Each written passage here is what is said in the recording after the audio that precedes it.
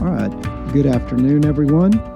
It is 1 o'clock on September the 26th of 2023. City Council is now convening in chambers in open session. We will begin an open session and move immediately to executive session.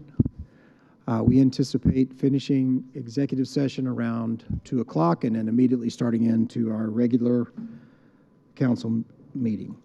So at this time, council will hold an executive session for the purpose of consulting with the city staff regarding pending or contemplated litigation or settlement agreement and to hold consultation with attorney under section 551.071 of the Texas Government Code and the purchase, exchange, lease, or value of real property under section 551.072 of the Texas Government Code, and finally, personnel matters under section 551.074 of the Texas Government Code. At this time, we are in recess to executive session.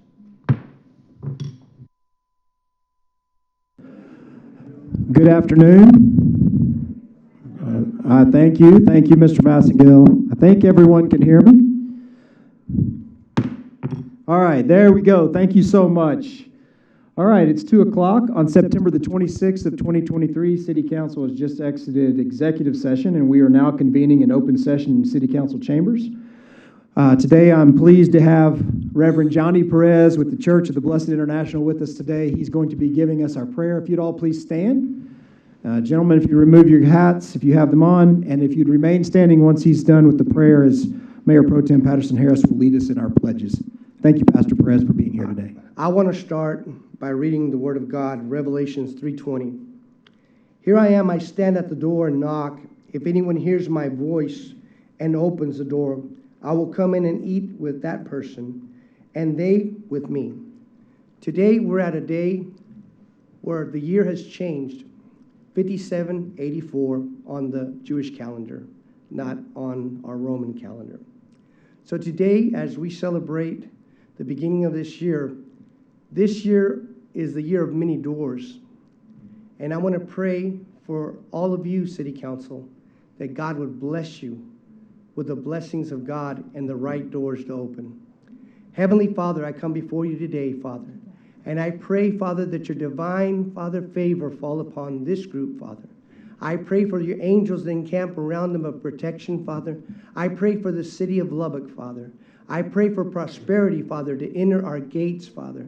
I pray for your angels that encamp around our city, and I pray for your divine protection, Father. I pray, Father, that this group make a difference in our city. And I pray, Father, as you give them wisdom and knowledge to carry on the torch and to further our city into greatness. I pray, Father, for Mr. Mayor Trey Payne, that you make him the greatest leader we've ever had in Lubbock, Texas. In the name of Jesus, we pray. And the people of God say, Amen. Amen. Thank you, Pastor Perez. If you would remain standing and joining with us as we offer the pledge to the United States and Texas flag. I pledge allegiance to the flag of the United States of America and to the republic for which it stands, one nation, under God, indivisible, with liberty and justice for all. Honor the Texas flag. I pledge allegiance to thee, Texas, one state, under God, one and indivisible. Thank you so much. You may be seated.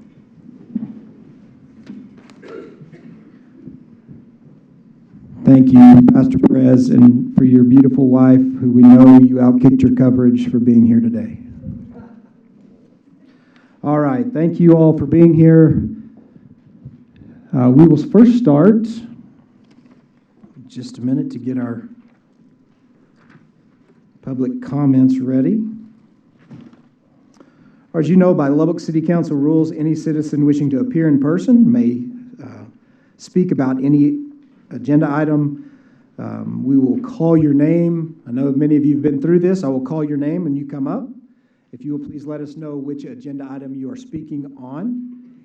You will have 3 minutes to make your public comment. Jimmy will give you a 30-second bell, and then once your 3 minutes up, you'll get a double bell, and that will tell you that your time has been completed.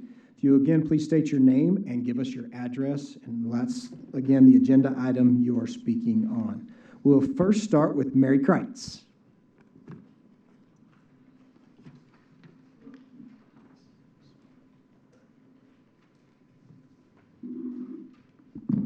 Good afternoon. Good afternoon, Mary. Good afternoon, Mayor and council members. My name is Mary Kreitz, a longtime architect here in town, and my address is 4617 8th Street. Today, I'd like to address, thank you. Today, I'd like to address concerns about item 617 about the UDC parking ratio for apartments and ask that you consider an additional request. In using the recent zoning for Overton student housing change proposal as a real example, the current A3 zoning for a 700-bed apartment complex requires 635 parking spaces. Under the new UDC apartment parking ratios, that same 700-bed complex would only require 428. Where are the more than 200 other cars going to park? Public opposition during both the Overton and the 19th Street student housing zone cases that council voted down included strong concern about insufficient parking, and both of those zone cases had higher parking ratios than what would be required under the new UDC. The city should not adopt a zone requirement that was a critical reason why two high-profile zone cases were so strongly opposed. Furthermore, in the new UDC, dormitories are listed separately and require one parking space for each bed. It doesn't make sense that a dorm would require more parking than a nearby apartment complex. This change is important. Lubbock is a suburban city, and cars are the predominant means of transportation. Insufficient parking adds congestion to streets and adds cars parking on the streets, increasing traffic accidents. And in older neighborhoods where cars are already parked on the street because the houses often don't have double driveways. When there isn't enough parking, tenants and definitely apartment guests and visitors are also more likely to use other parking lots, which isn't fair to those property owners. New developments coming in with insufficient parking would further aggravate these issues. This inequity needs to be resolved. The good news is the fix is simple. Under a proposed amendment, use the current parking ratio for apartments in lieu of what is in the UDC. In the interest of time, I have a handout with the specific changes for the parking ratio for your consideration. I'm commenting on this today because as an architect who works with clients on building projects, it's imperative that the zoning code be considered fair and logical for its success. Zoning and code minimums almost always become maximums. It's never good when something is seen as arbitrary. I respectfully request that you adopt this amendment when voting on the UDC amendments today, and I have a handout with the proposed amendment.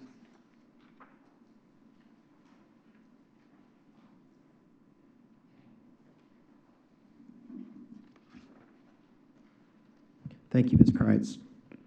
Mr. Murphy.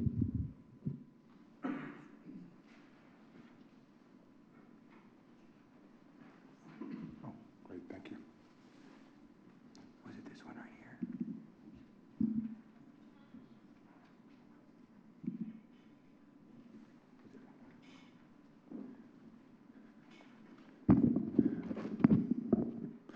Good afternoon, council members, mayor. Thank you as always for your time. A couple of points to make. One, it's been brought to my attention, or did I mention 2911 20th Street? That the council is under the impression that it requires a supermajority vote to overcome P and Z rejection of an amendment. I believe that's not true under the UDC. I've distributed a one-page document that explains why I think that. The short of the matter is that if you look through the UDC using the search function for 3/4, that's the supermajority requirement, you will find two instances of it. One is for particular zoning decisions with regard to whether or not a particular property is in a zone or not. The other relates to platting. The UDC does not reserve policy-making power to the P and Z. Rather, this council has plenary power to make its own decisions with regard to general regulatory decisions. My understanding is that the city attorney takes a different view of this and perhaps has found some citation that or provision that I've missed in the very lengthy and complex UDC. But that document does tell you why I think a supermajority rule does not apply. And of course, I speak under correction as I understand that the city attorney takes a different view. Let's see, that was a little longer on that than I expected. I'm here to speak on agenda item 617 with regard to height limits in the HDR zone. First, I'll just draw your attention to the UDC map. It doesn't show up as well as I might like there, but there's a lot of dark green, lots and lots of yellow, but lots of dark green. Dark green, of course, is the HDR zone. And the thing about the HDR zone is it means a huge change for buildings. In the vast majority of what is becoming HDR, it used to be, still is till October 1st, that you can build 40 feet, three-story building. Thanks to the vertical mixed use standard of the HDR, that is going to nearly double to 75 feet, as of course you're aware. It does seem to me that there's a bit of the cart before the horse going on here. As far as I understand the process, there has been no individualized assessment of whether or not doubling the height requirement or authorization in any property makes any sense. That is apparently going to come in a contemplated comprehensive rezoning for some time in the future, which does, if you'll forgive me, seem to put a cart before a horse. So the problem is, well, you're going to have 75-foot authorizations right next to single family housing. Let me skip ahead. The city's response to our proposed amendment is you don't need to worry about it because of block face requirements and because of setback requirements. There's no individualized assessment that's been done. The reason why that block face requirement will not materially interfere with a great deal of potential construction is going to be discussed in more detail by Alistair Hamilton. Thank you very much for your time and attention. Thank you, Mr. Murphy. And on cue, Mr. Hamilton.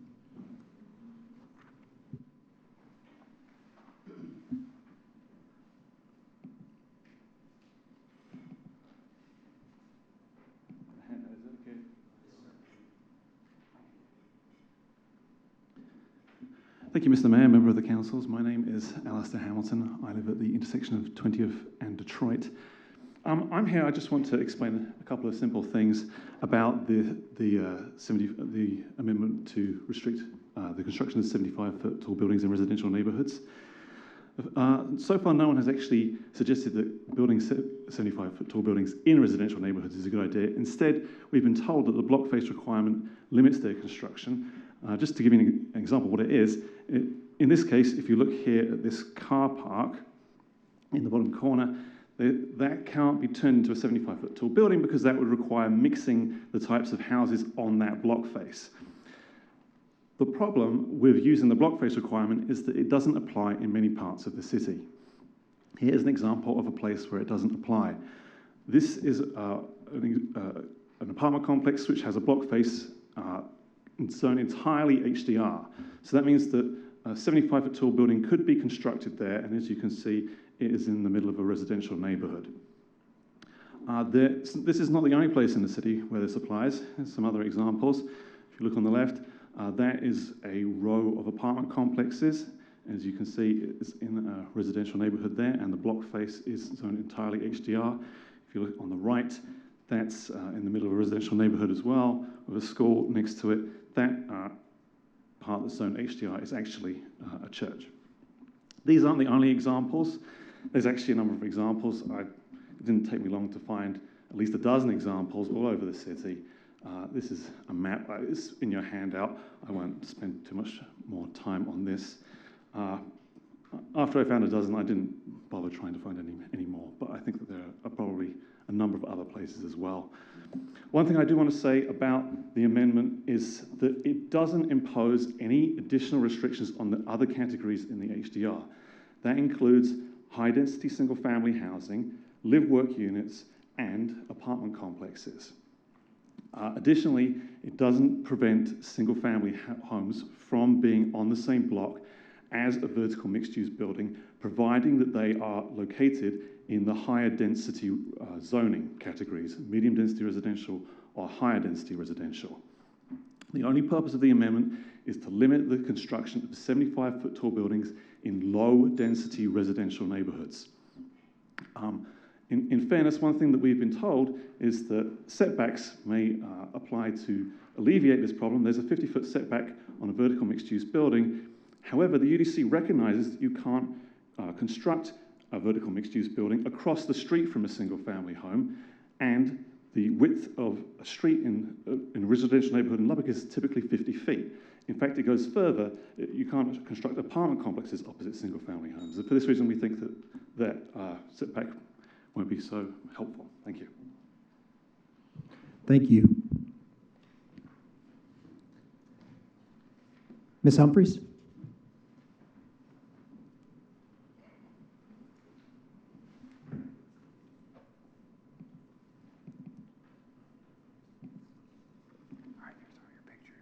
Okay, how do I just need to advance it using an arrow. Okay. Good afternoon, City Council. Good afternoon. I am here to propose my support for Amendments 10, proposed by Cindy Prattis and Richard Murphy with regard to placing a limit on vertical mixed use in residential neighborhoods, that the standard for vertical mixed use should not apply on a block containing one or more lots zoned for RE, single-family homes 1 or 2, and also to provide my support for Stephen Falk's amendment within that Amendment 10, which is maximum building heights for vertical buildings should not be 75, but should be changed to 45 feet. And I am going to give you reasons why, because I have witnessed what happened to a single-family neighborhood at UT Austin when I served on faculty there from 1995 to 2003, and the situation's gotten worse. On your desktop, you will see a map of UT. That red line on the left is Guadalupe Avenue, which forms the western boundary of the UT Austin campus. The streets to the left of Guadalupe include San Antonio and Nueces, and when I first was there in 1979, that was a single-family home residential neighborhood. Everything has changed for the worse. In part, this is because Guadalupe became, as you know, is known as the drag, became it transitioned from a just urban street with less than 2 stories, maybe 3-story residences and buildings. These pictures are from 1940, historic Guadalupe Avenue. This picture is more from the 1990s, but this is Guadalupe Avenue today. I asked Carol Henderson, who recently retired from the Harry Ransom Humanities Center, to drive Guadalupe and the neighborhood that used to be to the west of it to show us what it looks like once UT and the City of Austin allowed high-density residential housing to be placed there. This is what it looks like now. She's driving through those 3 parallel streets right behind Guadalupe. This forms the western boundary of the University of Texas campus. It is no longer safe. 4 students have been murdered there. The sidewalks are filled with vagrants. There is trash. Look at the small 1-story building in the foreground and the high-density residences behind it. Here is a small residence, the Blue House, now butted up against a high-density residential facility. In the background there, you see the Catholic parish, the brick building. It now is butted up right next to high-density residential. That's a close-up of the parking lot. This is the University Baptist Church. Graffiti is everywhere. And furthermore, this is the Texas Federation of Women's Clubs, and right next door to it now is a high-density residential building. And all of these once beautiful, small streets of single-family homes are now overwhelmed with trash, parking. There's a porta potty. There's no place to put all the trash generated by the huge amounts of people that now live in these high-density buildings. And this is all that's left, is about 1 street of a few pitiful single-family homes. We do not want Texas Tech to go the way of UT Austin and have the boundary of our campus lined on its University Avenue side, its 19th Street side, nor its other boundary areas with high-density residential dwellings like this, because it's not safe for students. Thank you. Thank you, Ms. Humphries. Mr. Shankles?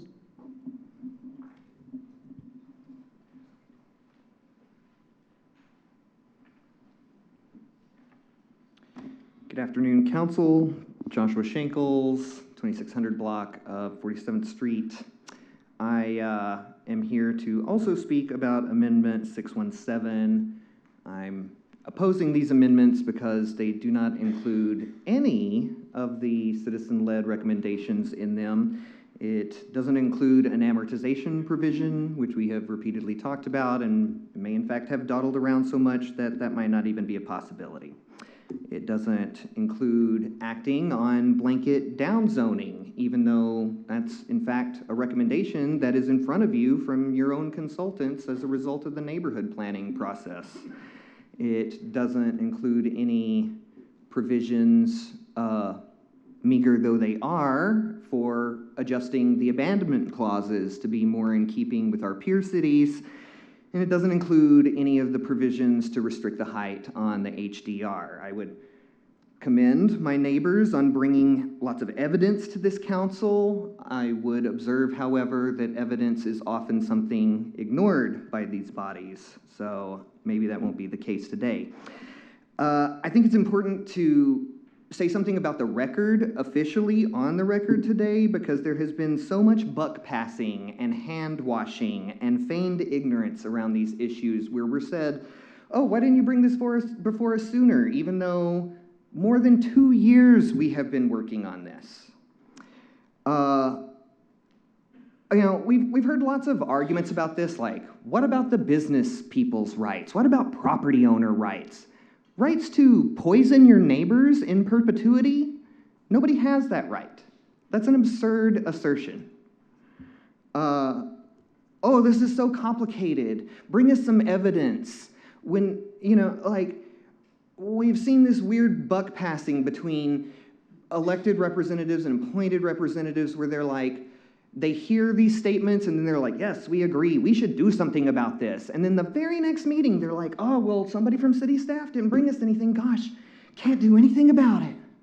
Oh my goodness. You know, what more evidence do you need? We have health outcome study pointing at billions of dollars of loss. We have the testimony of dozens, maybe hundreds of people brought here to this body, all with failure to act, a complete abdication of duty. You know, it's tough for people to get here and advocate on this all the time. Developers have had unlimited access to city staff, to your own offices. They have seen every possible change in this document that was meant to balance the city's interests more uniformly against their own. And I find it very vexing that we can't do the same for our citizens. You know, in the US Congress, the muse of history is up above the chamber, and it watches everything that people do. And so you're not responsible to me, my organization. You can like me, you can dislike me, whatever, all these organizations, that's fine. The muse of history is watching what you will do, what policy you will make, how you will act on behalf of your people. I would thank you for your time. I like you, Josh. Reciprocated. All right, Mr. Settler.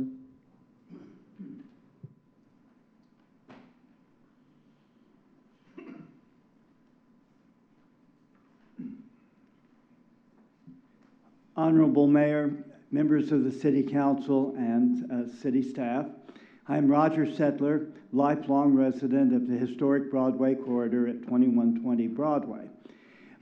Once again, I'm here to speak on behalf of the Congress of Neighborhood Associations and the Historic Overton Neighborhood Association to reaffirm the neighborhood principles which were codified by the February 2023 decision of this council 5-2 to deny a high-density zoning project in Tech Terrace, and again later this summer by a 4-3 vote to deny a very similar project in historic Overton South.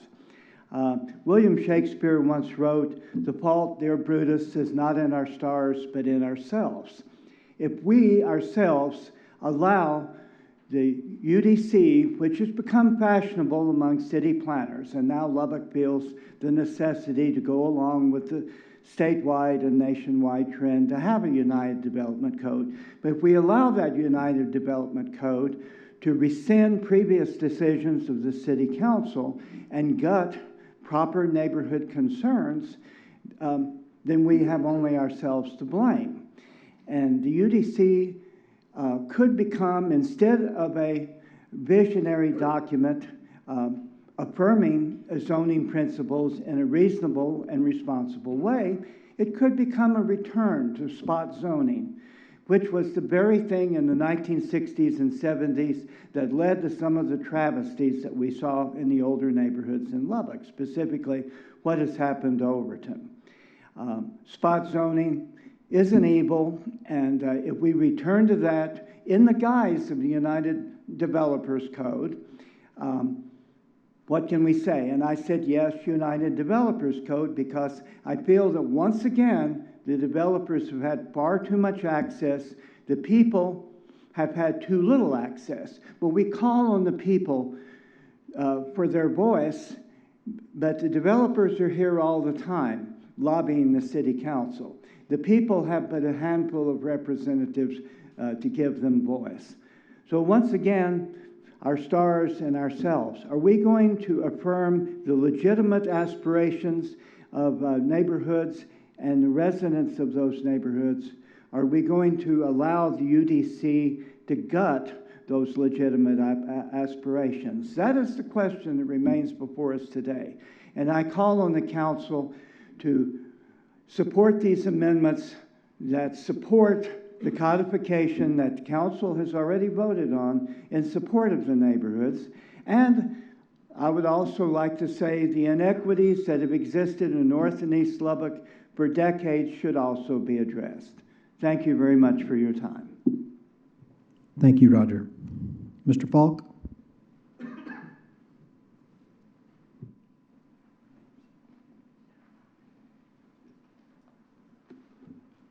Mr. Mayor, Council, Stephen Falk, 2827 23rd Street.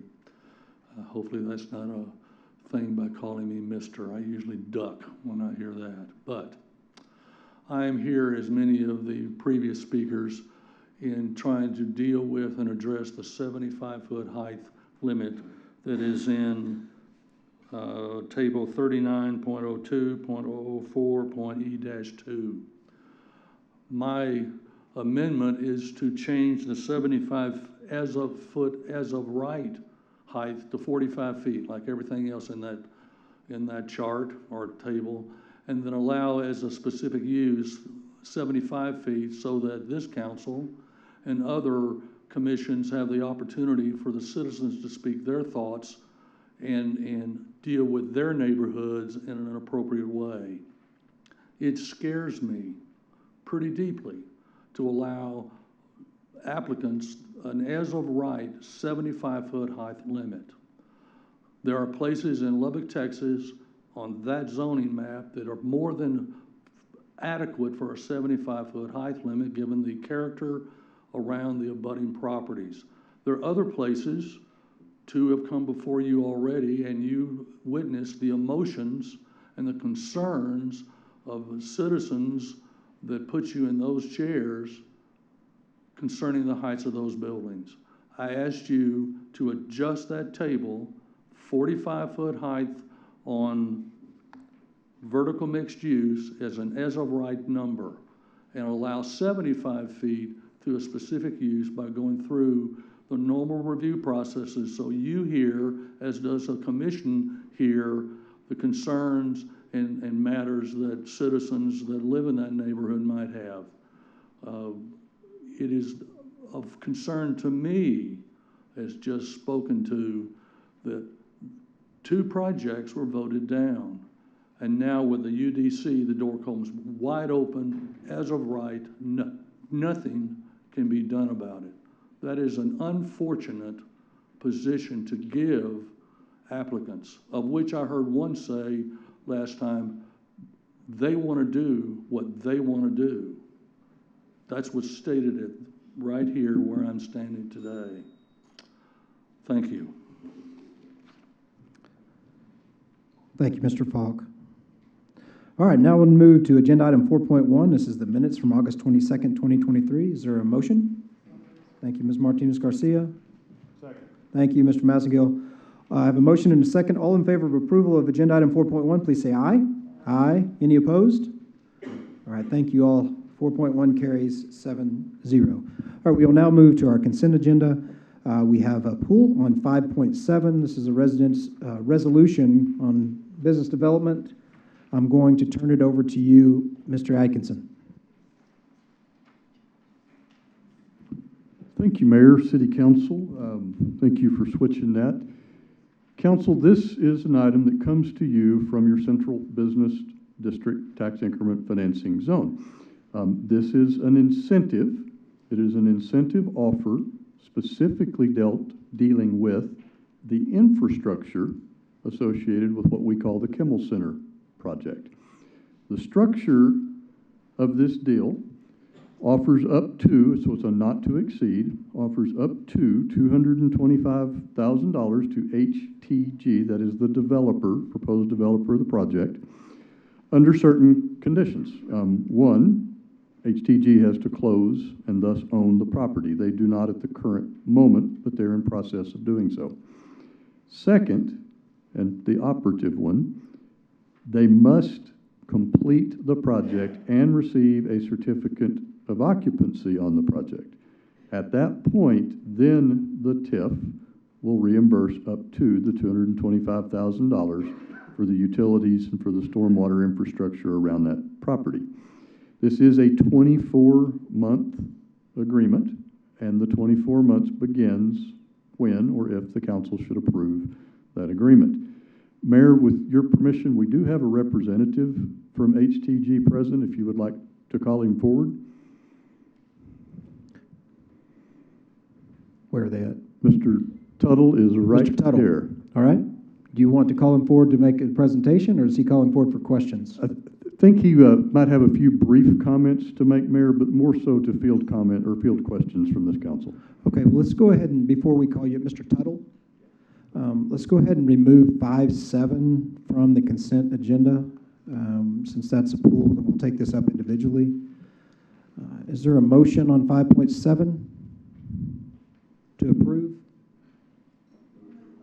Thank you, Mr. Massengale. Is there a second? All right, now we have that in front of council as a motion and a second. Let's go ahead and see if there's any discussion. Does anybody like to ask any questions of Mr. Tuttle? Any questions of staff regarding 5.7 before we move into voting? All right, Ms. Joy. I don't really have any questions of anyone particularly. If you're familiar with this project, it's the old In-Town Inn, which has been sitting there, oh my goodness, I don't even know how long it's been vacant now, but probably 30 years. And we've been dealing with people who have bought the In-Town Inn with the understanding they were going to rehabilitate it. And I think all of us would love to see it back in its glory days. But what has happened, because of tax credits that are associated with it, the property has been flipped to new owners. And in the meantime, it has sat looking awful. You can see through the windows at everything. We've had weeds 6 feet tall outside at times. It's not been kept up at all. In fact, right now, it's under a substandard housing issue. And so I always get this wrong, HTG hasn't purchased it, but they're in conversation with the current owners. And again, part of the attraction is the tax credits. Well, the current owners were under an obligation to have this project done by December of this year. And they have obtained the ability to extend that for another year. So they're still within their time frame to do this. My concern has nothing to do with whether we should help them with the infrastructure or not. That really is not my issue. They provided in here for a term of 24 months, and I heard Mr. Atkinson say to complete the project. Is there anybody sitting in this room that thinks that that's a possibility to complete the project? But in the discussion about it that was had before the TIF board, they said, well, if it doesn't get done, then we can extend it. My concern is that length of time, that would 24 months, no assurance that it's going to be done, and I personally have some doubts that you could do this project in 24 months if you started last month. And so I have concern about it, that we're back into this. We have a project that needs to be done, but we can't get it completed. So if Mr. Tuttle can give me some assurances, I might feel differently. Mr. Tuttle, that may be your cue, if you would like to make some comments or where you are, what the process is, and how this looks moving forward. Yeah. So good afternoon, Mr. Mayor, council, and staff. My name is Justin Tuttle. I work with Housing Trust Group, the developer of In-Town Lofts. So right now, our biggest goal is to, of the same viewpoint, we want to see this project redeveloped and closed. Our current hurdles for that is getting the plat, getting building permits, and that allow us to close on financing and take ownership of the property.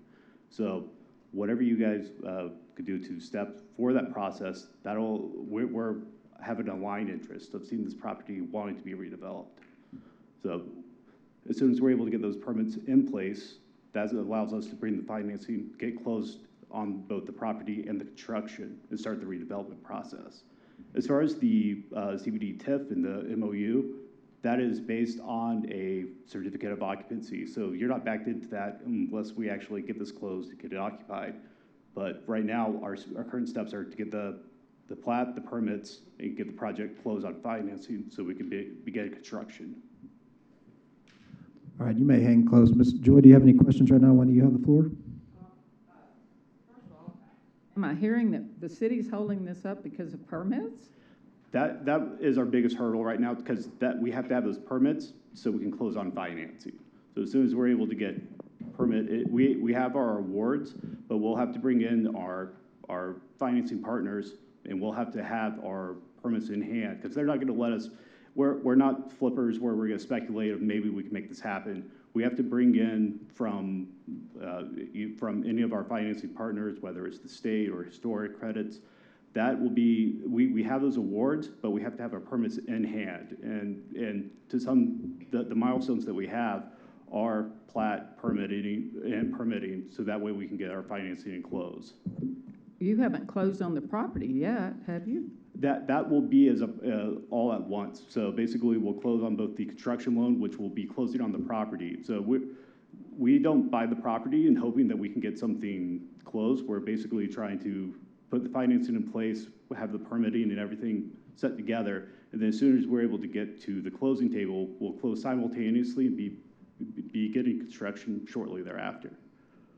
My understanding was that you all needed this funding from the TIF to go to your lender with in order to help make the deal with them. Is that not accurate? This will help ensure the feasibility of the deal. Once again, it's a reimbursement, so this will basically come at the end once the project's built. But having this commitment will allow us to ensure the overall feasibility with those lenders and get us to all the financial closings.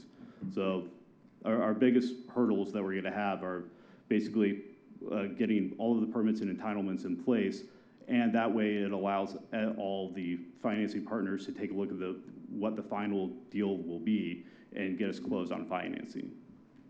So what conversations have you had with the city about the permits? So we've submitted for permit. We've come back out because they're on hold with the plat. I believe we had one plat reading. I was expecting today that we were going to have the second, but we're under review, and that is our current status. So we've submitted and have gone back in for permit. Well, I mean, I will tell you, that's the first time I've heard this, okay? Because because that really wasn't what was represented, that you were waiting on the city to do anything. Yeah. We felt like we were kind of waiting on you guys to get closed and do something. Yeah, as soon as we're able, so there has been many steps that we've had to try to, with some of the economic headwinds that we've had in terms of interest rates, where we've had to adjust some of the redesigns, but we're in for permits, and then our biggest next hurdles that we're gonna have is to actually, once we're able to have the permits in hand, we're able to have the conversations with and draft up the final legal documents with our financing partners, and that will allow us to get to close. How long have you been in conversation with the current owners? So we originally put this site under contract for the 2021 tax credit cycle. So I believe the owner has owned the property since 2016, and we have been under contract since our original tax credit application. Since 2021? Correct. It may have been just before that, the fall or winter of 2020.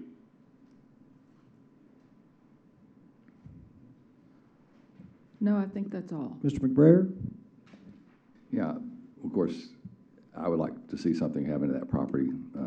It's just not acceptable the way it is, so something's better than nothing, I guess. But my understanding from looking at this, you're building additional units on that property as well? Correct. Will those be done at the same time as the rehabilitation of Correct. the main structure, or is that a secondary? Correct. That'll be at the same time. At the same time? Yeah. And so how many units total will this have when you're? 56 units. So it's going to be the 14 units, which will be the new construction in the northwest corner of the property, and then we'll have 42 in the redevelopment. And just from the name of your company, I assume, is this the only project that your organization has done, or have they done other projects? So HCG has developed well over 5,000 units, based mostly in Florida. We have a couple other projects that we're working on in Texas, but we've done other market rate developments in Arizona. We've done quite a few. We definitely have the manpower and bandwidth to get this development done, and the expertise. Okay, thank you. No. Mr. Atkinson, I think maybe you can address this question, have Mr. Tuttle available. So this is no cost to the city. This is out of the TIF, correct? Yes. So $225,000. Mr. Tuttle, I guess maybe what's the estimated cost of this entire project? It's going to be just, I believe we're at 12.8 million is the construction cost for it. So what we are voting on today would be approval of a reimbursement to the TIF would reimburse you $225,000 upon certificate of occupancy. Correct, once the development's done. This is 1% of the project, Yeah. cost-wise, Yeah. roughly.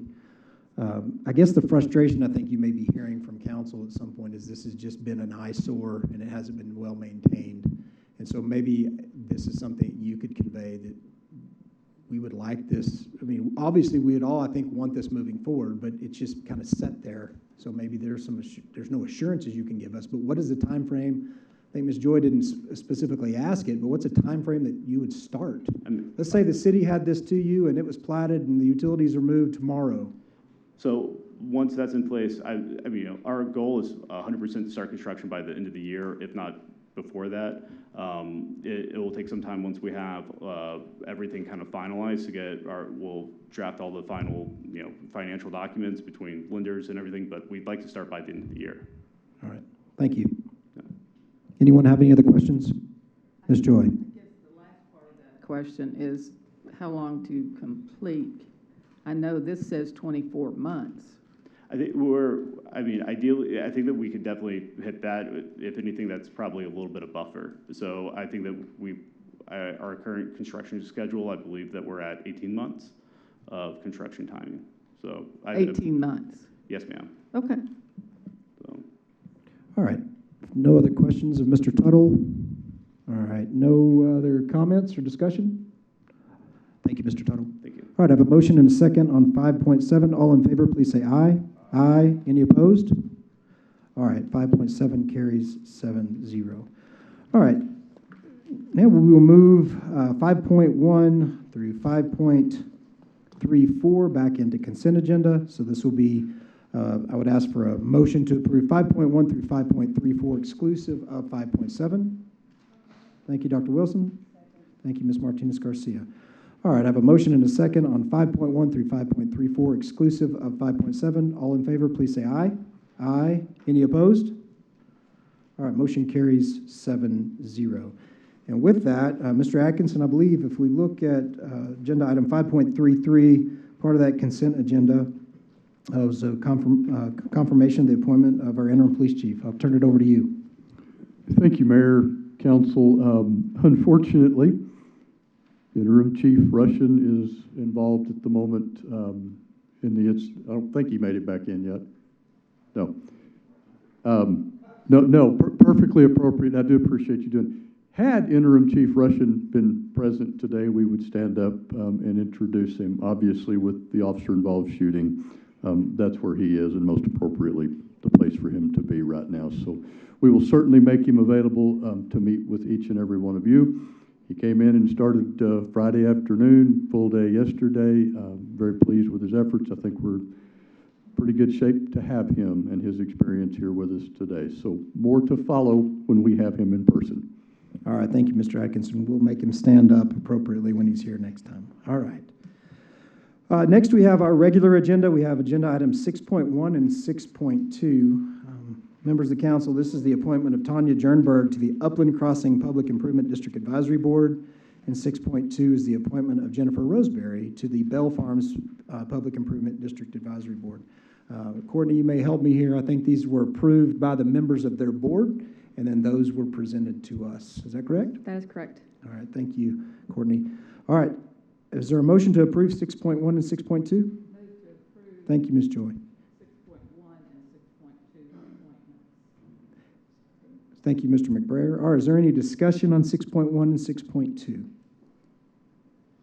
All right, all in favor of approval of 6.1 and 6.2 appointments, please say aye. Aye. Any opposed? All right, 6.1 and 6.2 carries 7-0.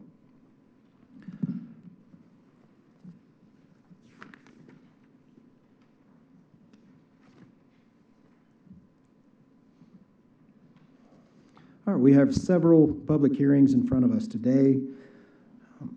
We will begin with 6.3. And if you have not been with us before, we'll have a presentation by staff, and then we will open up the public hearing. You will have an opportunity at that time to speak on one of these agenda items.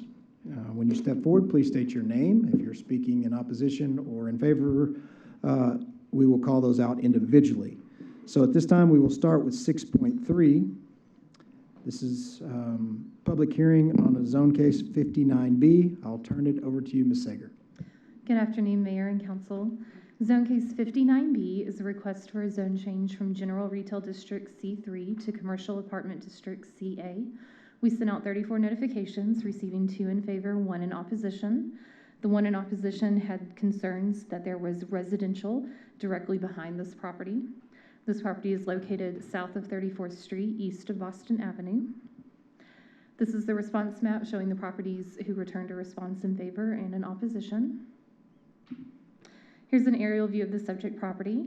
There are residences to the south with other commercial uses along 34th Street to the northeast and west. Current zoning is C3. There's additional C3, C4, and C2 along 34th Street with R1 residential to the south. Future land use plan designates this property for commercial land uses. And here are some photos of the subject property and surrounding area. This is a floor plan provided by the applicant. The future land use map designates this area for commercial land uses. So while the request does not completely conform to this designation because it does allow a mix of commercial and apartment uses, it is appropriate in this location. The zone change is in conformance with the zoning ordinance and compatible with the surrounding area. 34th Street is a principal arterial. Staff recommended approval of this request, and the Planning and Zoning Commission recommended approval by unanimous vote. And I'd be pleased to answer any questions. All right, thank you, Ms. Sager. Any questions of Kristen at this moment? All right, Ms. Joy. going to be used as a assisted living or as a, any sort of drug rehab facility? No, it was formerly an assisted living facility, and the new owner wants to use it as a rooming or boarding house and rent it out as a short-term rental. Okay, all right, thank you. All right, thank you, Ms. Sager. We'll be back with you shortly. Thank you. Kristen has a full day ahead of her, I think. You might stay on the front row for the rest of the afternoon. All right, this time I will open up the public hearing for agenda item 6.3. The purpose of the public hearing is to hear from the applicant and members of the public. The council may ask questions of the applicant or staff during the public hearing, but no discussion will be had by council during the public hearing. The public hearing is now open. Anyone wishing to speak in opposition to 6.3, you may approach at this time.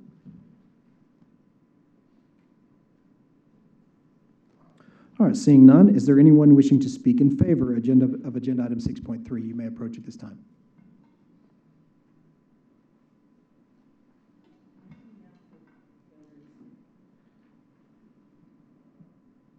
All right, seeing no one here wishing to speak in favor, I will now close the hearing as to agenda item 6.3, and I would ask for a motion to approve 6.3. Thank you, Ms. Martinez Garcia. Is there a second? All right, thank you, Dr. Wilson. All right, we have a motion and a second on 6.3. Any questions of Ms. Sager? I do believe we have the applicant here. Any questions of the applicant?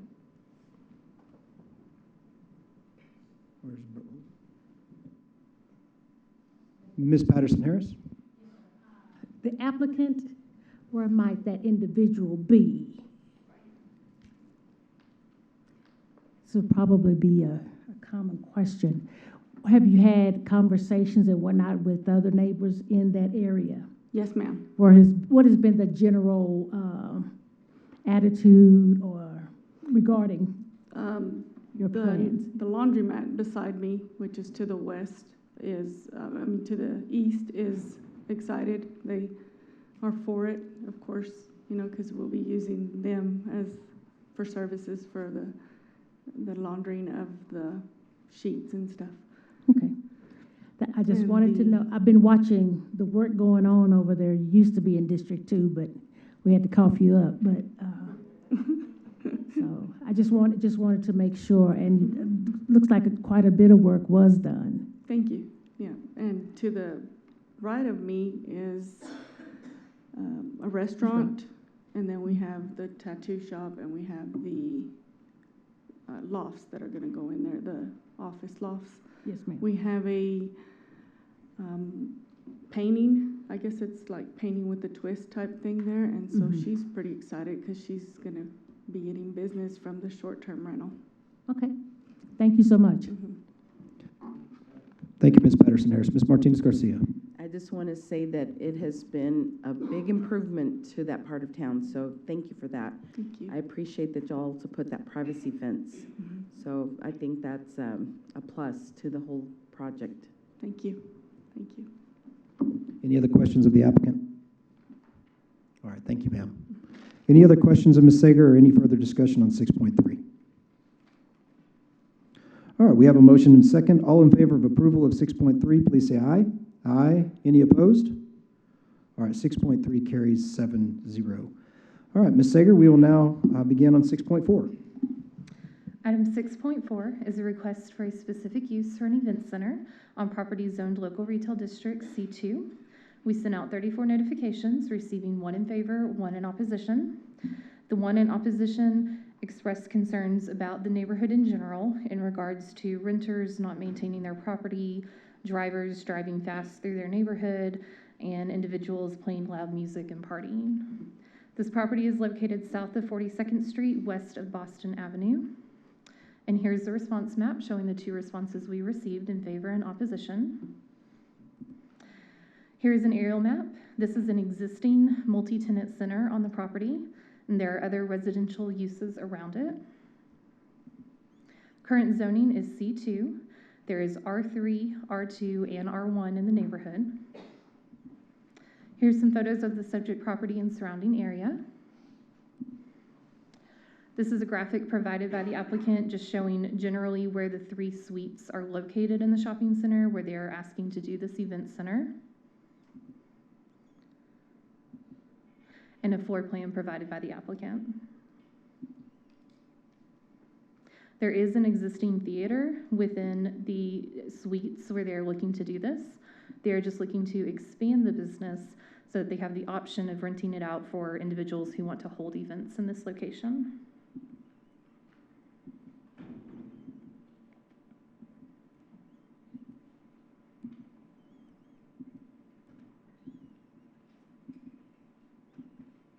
The proposed specific use is in conformance with the zoning ordinance and would be appropriate in the established shopping center. It's compatible with the surrounding area and will not change the character of the existing development. The master thoroughfare plan designates 42nd Street and Boston Avenue both as collector streets. Staff recommended approval and the Planning and Zoning Commission recommended approval by unanimous vote. And I'd be pleased to answer any questions. All right, any questions of Ms. Sager before we open up the public hearing? All right, thank you, Ms. Sager. All right, is there a motion to approve? Excuse me, I can't do that yet. Let me open up the public hearing as to agenda item 6.4. Is there anyone, we'll go ahead and open that now. Anyone wishing to speak in opposition to 6.4, you may approach at this time. All right, is there anyone here wishing to speak in favor of 6.4? Yes, sir. Good afternoon, Mayor and City Council members. I am Heather Hollingsworth, 2302 91st. Thank you for considering my specific zoning for the event center. Before I start, please allow me to name drop for a minute, because if this was in the late 60s or early 70s, my dad would be up there. He was city councilman and mayor pro tem. And you might remember Ellen H. Drug. Yeah, my brother and I now own the Modern Manners Shopping Center. My background, just so you know, is in theater, have an undergrad degree at Tech, professional training from Circle in the Square in New York City, an MFA from UT Austin, sorry if that's a problem. And also, that's pretty much about that. And I also want to say that acting in front of hundreds of people is certainly different than speaking, public speaking. So I'm just going to throw that out there, right? Anyway, since I first submitted my proposal, I have applied for an LLC, and that just came in yesterday, so I'm tickled about that.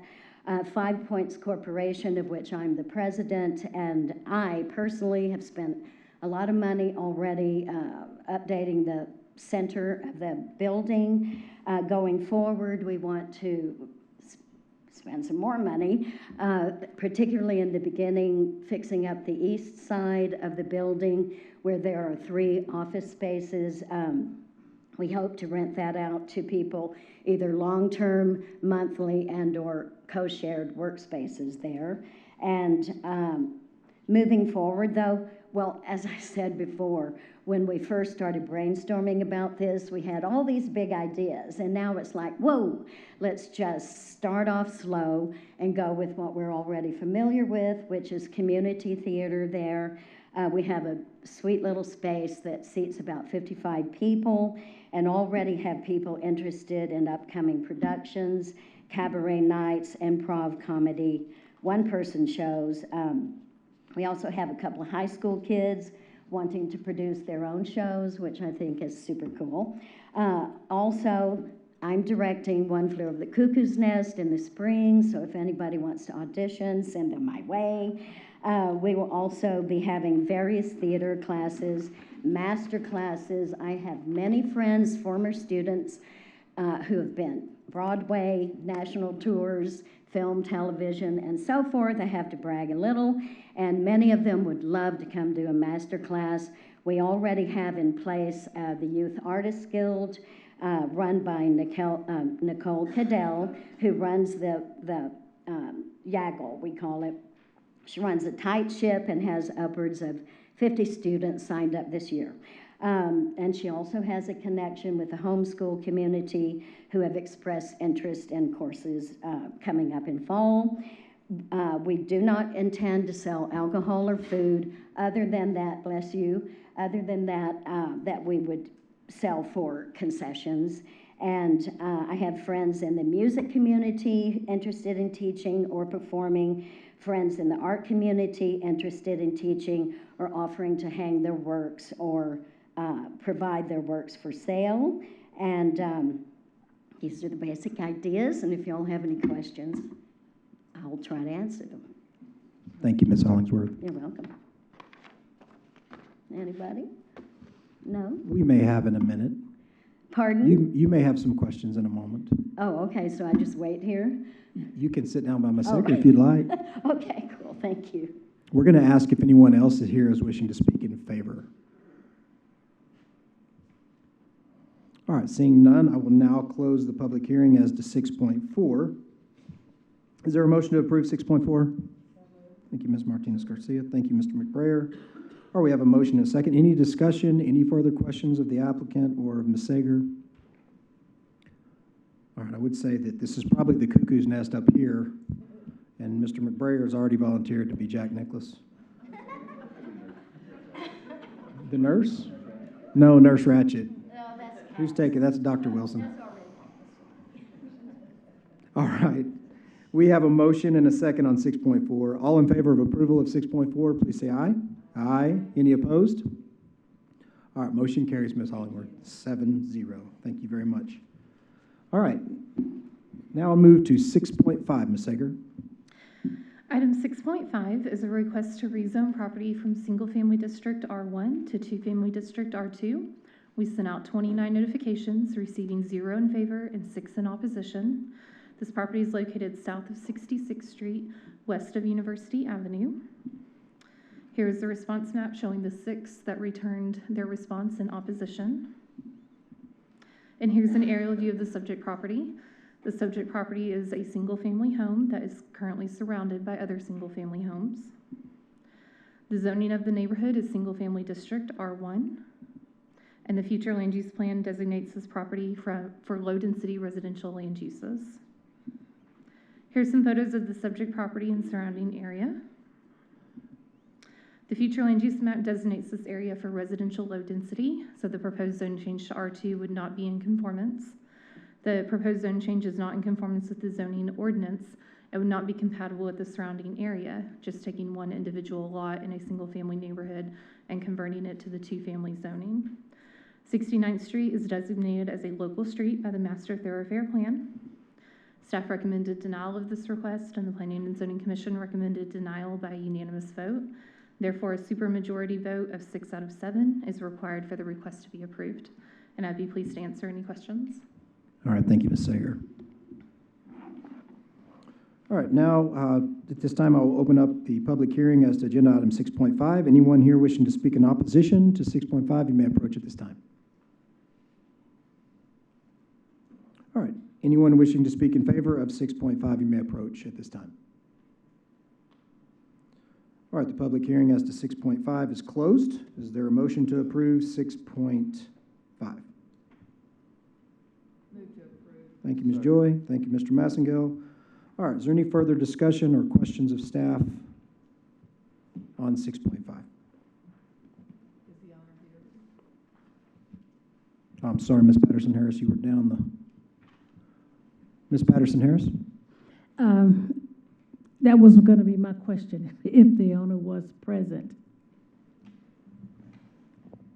And if, no, was the owner present at P&Z? The owner's mother represented her at the Planning and Zoning Commission and did speak. Okay. Those individuals who sent in the letters of opposition, there were any of them available at P&Z?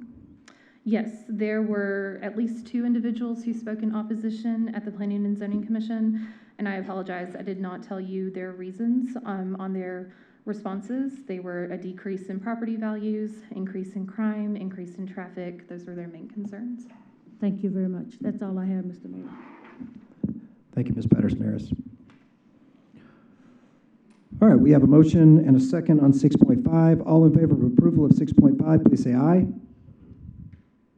All opposed, please say nay. Nay. The motion fails 0-7. All right, we will now move to agenda item 6.6. Item 6.6 is a zone change from Transition District to General Retail District C3. We sent out 3 notifications, receiving no response. This property is located north of 98th Street, west of the interstate. And here's an aerial view of the subject property. There is vacant land outside city limits and other commercial uses surrounding. Current zoning is transition. There's interstate highway commercial zoning to the south and interstate highway industrial to the east. The future land use plan designates this property for commercial land uses.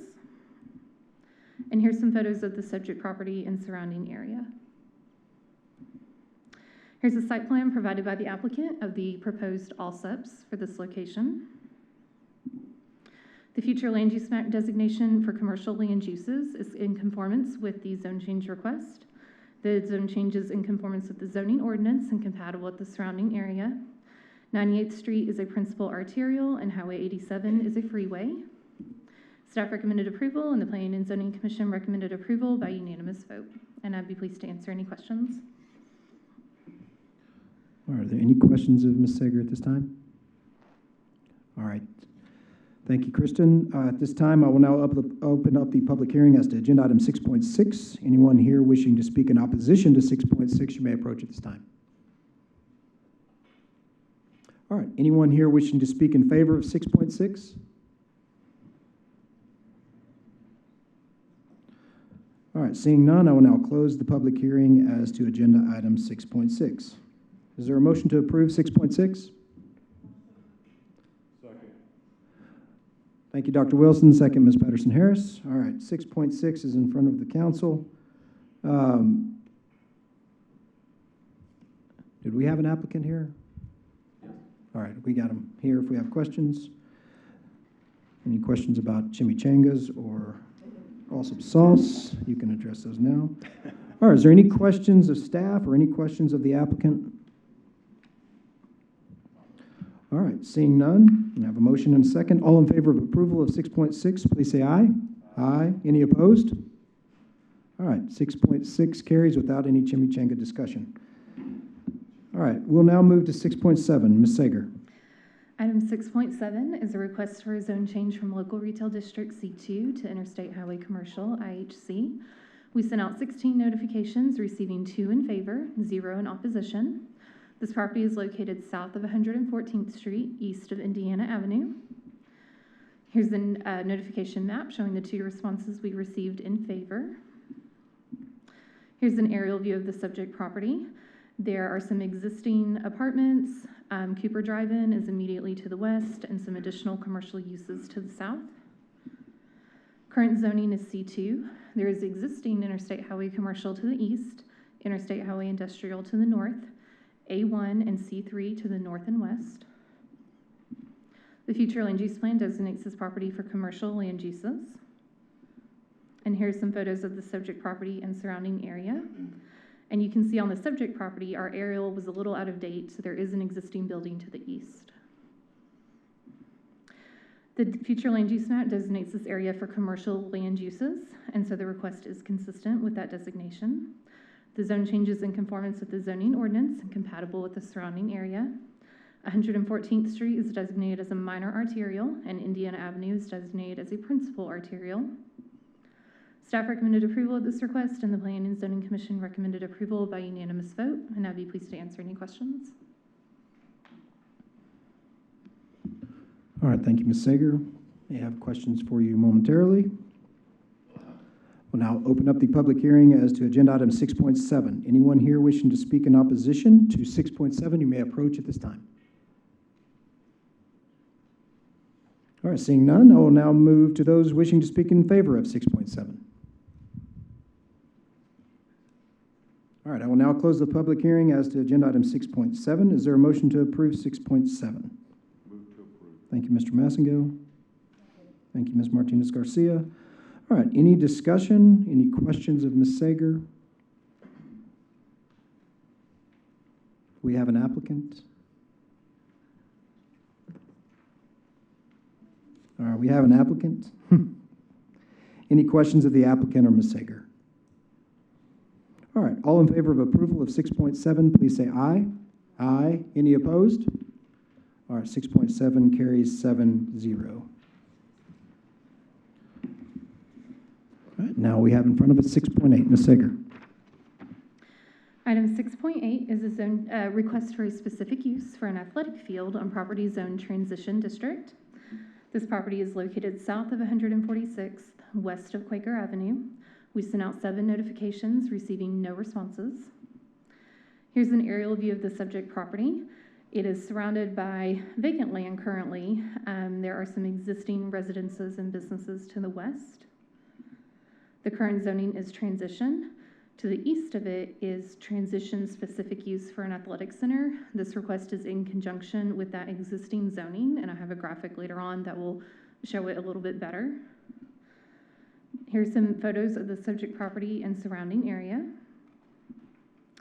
Here you can see the existing 133 acres for the Red Feather Golf Course that was zone transition-specific use last year in 2022. These additional 3 acres are in conjunction with that same project. The future land use map designates this area for residential land uses. This request conforms to this designation and is appropriate next to adjacent residential land uses. The golf course will be serving the residential neighborhood around it. The proposed zone change is in conformance with the zoning ordinance and compatible with the surrounding area. 146th Street is designated as a principal arterial, and Quaker Avenue is also designated as a principal arterial. Staff recommended approval of this request, and the Planning and Zoning Commission recommended approval with a unanimous vote. And I'd be pleased to answer any questions. Ms. Joy. The backup says this is a specific use for an athletic field. The term in our current zoning code is athletic field or athletic center, and we have used that historically for golf courses, or I think it also allows you to do an athletic stadium if you needed to put it under that specific use. So we don't have anything specific in UDC for a golf course? We do have a golf course within the UDC, specifically in the residential center, in the residential zoning districts. I believe it is a limited use in the UDC, and those regulations being that it's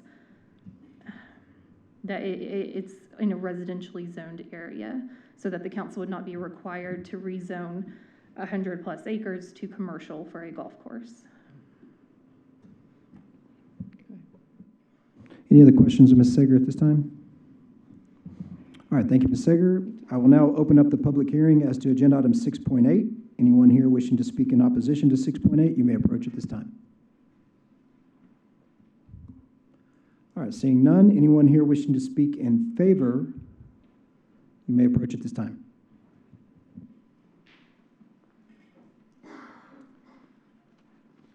Good afternoon, Mayor and council members. I'm Terry Holman with Hugo Reed and Associates. We're at 1601 Avenue N. I'd like to thank Ms. Sager for providing this graphic in the PowerPoint. It helps tell our story about as well as anything. And she did a lot of my hard work for me today.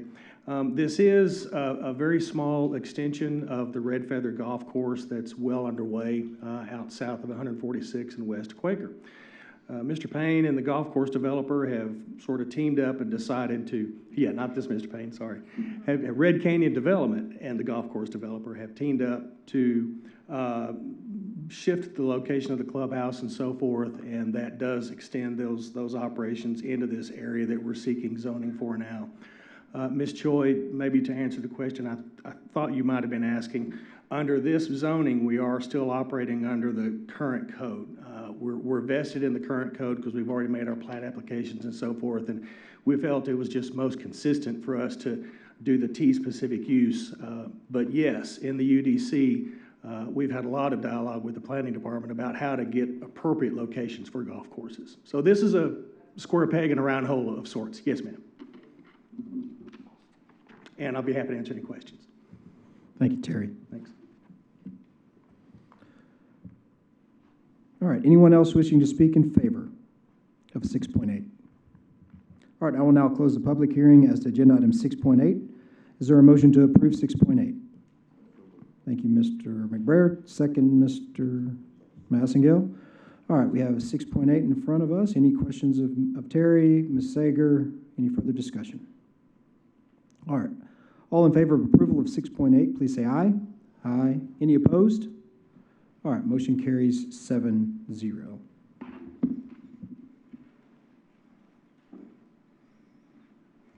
All right, 6.9, Ms. Sager. Item 6.9 is a zone change from apartment medical AM to garden office GO. We sent out 27 notifications, receiving 1 in favor, 0 in opposition. This property is located south of 98th Street, east of Quaker Avenue. Here's the response map showing the 1 response we received in favor from the subject property. Here's an aerial view. The subject property is vacant. There are existing commercial businesses to the east and residential to the south and north. Current zoning is apartment medical. There is additional apartment medical to the east, A2 to the west, and R1 to the north and south. Future land use plan designates this property for office land uses. And here's some photos of the subject property and surrounding area. Here's a rendering provided by the applicant of the plans for the property. The future land use map designation for office land uses is consistent with the request for garden office zoning. The zone change is in conformance with the zoning ordinance and compatible with the surrounding area. 98th Street is designated as a principal arterial, and Orlando Avenue is designated as a local street by the Master Thoroughfare Plan. Staff recommended approval of this request, and the Planning and Zoning Commission recommended approval by unanimous vote. And I'd be pleased to answer any questions. Thank you, Ms. Sager.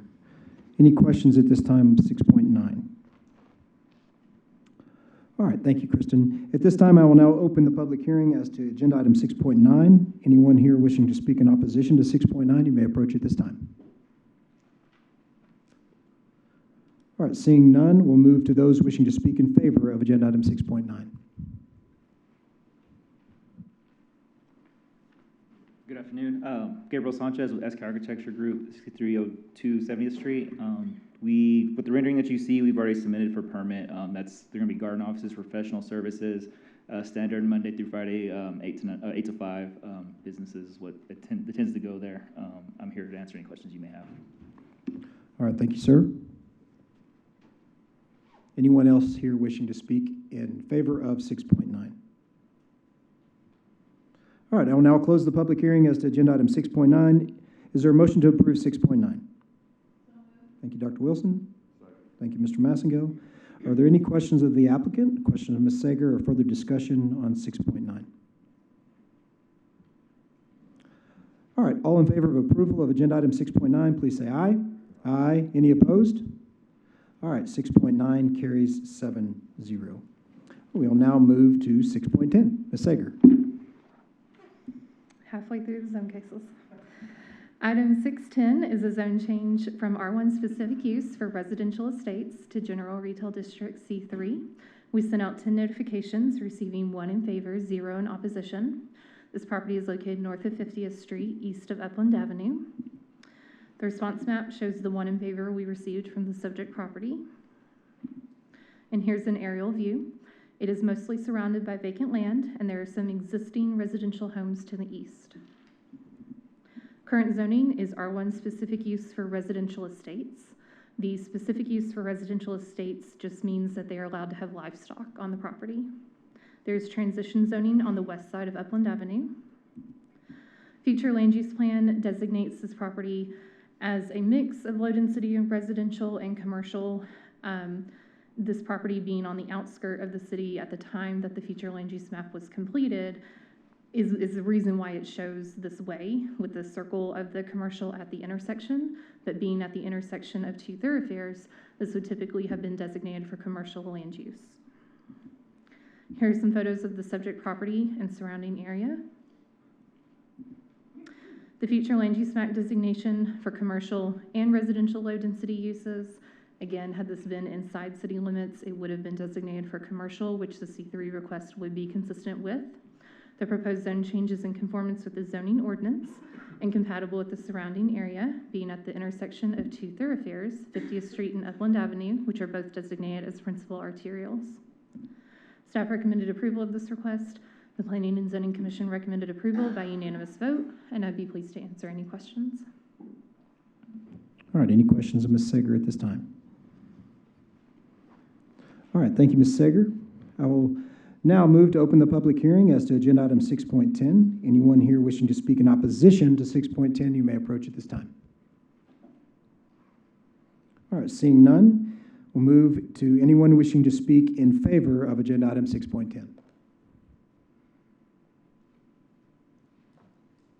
All right, I will now close the public hearing as to agenda item 6.10. Is there a motion to approve 6.10? Thank you, Dr. Wilson. Thank you, Ms. Martinez Garcia. All right, are there any questions? Is there an applicant? All right, we have, again, thank you. We have an applicant here. We have Ms. Sager here. Any other discussion on 6.10? All right, a motion and a second. All in favor of approval of 6.10, please say aye. Aye. Any opposed? All right, 6.10 carries 7-0. All right, we will now move to agenda item 6.11. Ms. Sager.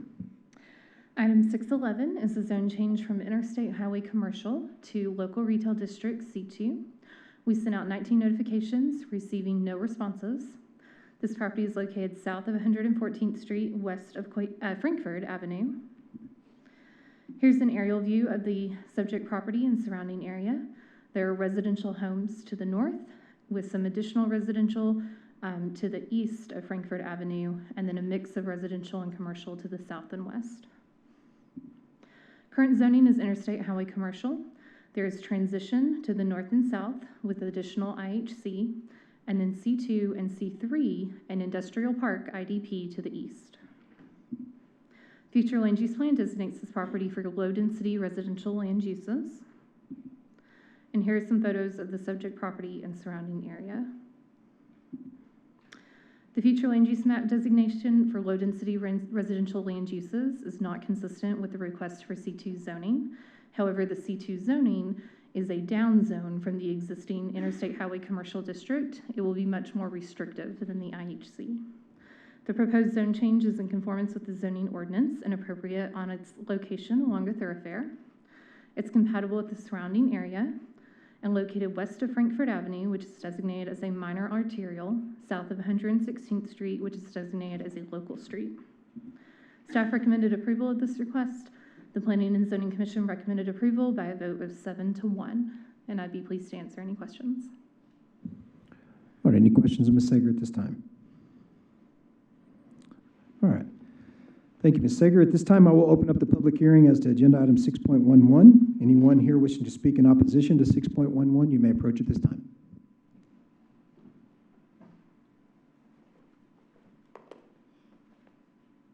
Again, just as a reminder, as you approach, if you'd please state your name and give us your address. And then Hello, Council. My name is Patricia Castro. I live at 5918 117th Street. Thank you, Ms. Castro. I am the house. If y'all could pull up maybe the map that she was showing. Right there. Thank you. I am the house east of the yellow line. So I'm the only resident on that block now that is going to be all commercial. Have young kids. Main concern is the estate only has one entrance, which would be on 116th. That's how we enter, and there's very low traffic. On Homestead, my concern not being only the one entrance, but also now on 117th, that would be right in front of our house, the driveway that is shown on that picture, which would be a cul-de-sac as of right now, it's showing, that would probably enter into the commercial property. My concern is just where my house sits and safety for my children, that we're outside. We homestead, we have a garden. I mean, we're always outside.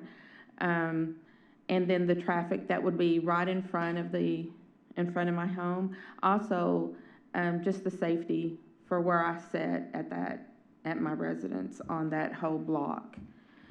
That was my concern when I came the first time at zoning.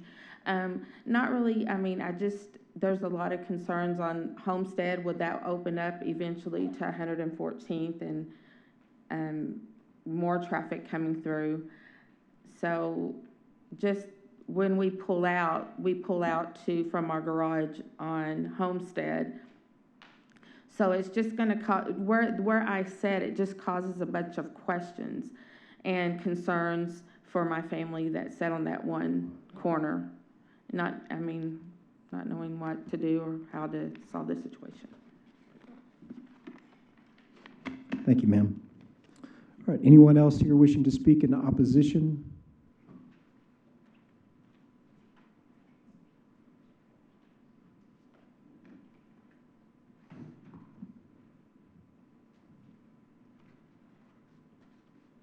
Good afternoon. I'm R.M. Lloyd. I live just to the northwest of Ms. Castro's property.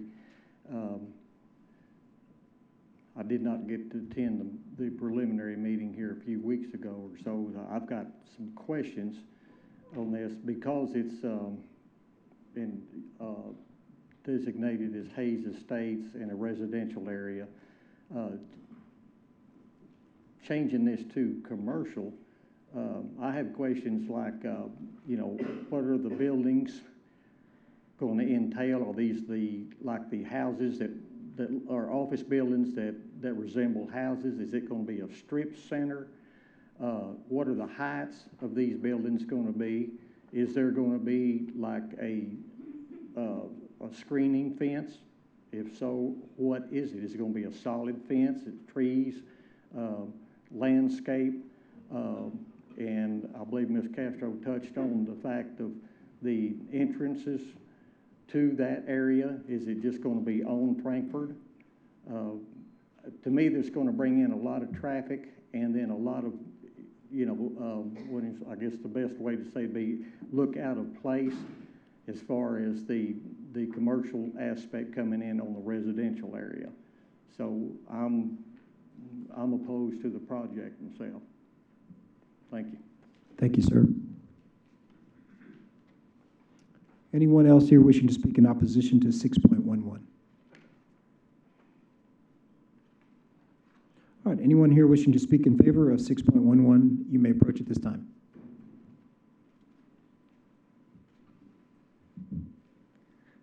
Good afternoon, Tyler Gentry with 17 Services at 1500 Broadway, Suite 203. We are representing the applicant. We have prepared preliminary site plans for this project and preliminary plans on the eastern portion, the panhandle, if you will, for a phase one project, primarily garden office, single-story buildings. I believe, I can't remember the exact use, current zoning use, but it will convey to heavy commercial as is. We feel like that's obviously too intense to be this close to neighbors. We did run this project through pre-development meeting and confirmed that the improvement of the road to the south will not be required, the right-of-way. The only reason we would want to utilize that as a entrance into this project is if the fire marshal requires it for fire trucks. At this point, the preliminary planning, it appears that we can enter the property from Frankfurt only, turn around and exit through that as well for the garden office development that's being proposed. If you have any questions, I'd be glad to answer. All right, anyone else wishing to speak in favor of 6.11?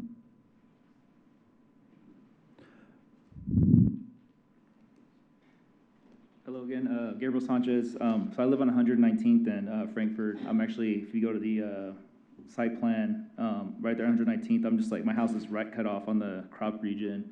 I drive this route every day going back home to work, and as it stands right now, it's not very nice sight to see. So I think going to a C2, downzoning it from an IHC gives it a better opportunity for something more appeasing for everybody in this neighborhood versus it being IHC. It could be anything at that point. It could be shops and stuff versus C2A could be strip center or garden offices. So I would say I'd speak in favor of that. Thank you, sir. All right, anyone else wishing to speak in favor of 6.11?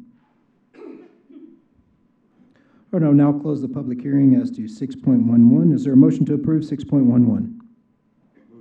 Thank you, Mr. Massengill. Thank you, Dr. Wilson. All All right, are there any other questions or discussion on 6.11? Ms. Joy? Yes, Mr. Gentry, you want to come back up? I was at the meeting, and there was a lot of discussion about this because let's put it back up. It's an unusual area, you might say, and there were questions about ingress and egress. Was any of what Mr. Mr. Boyd, were any of those questions addressed by P&Z because he wasn't there?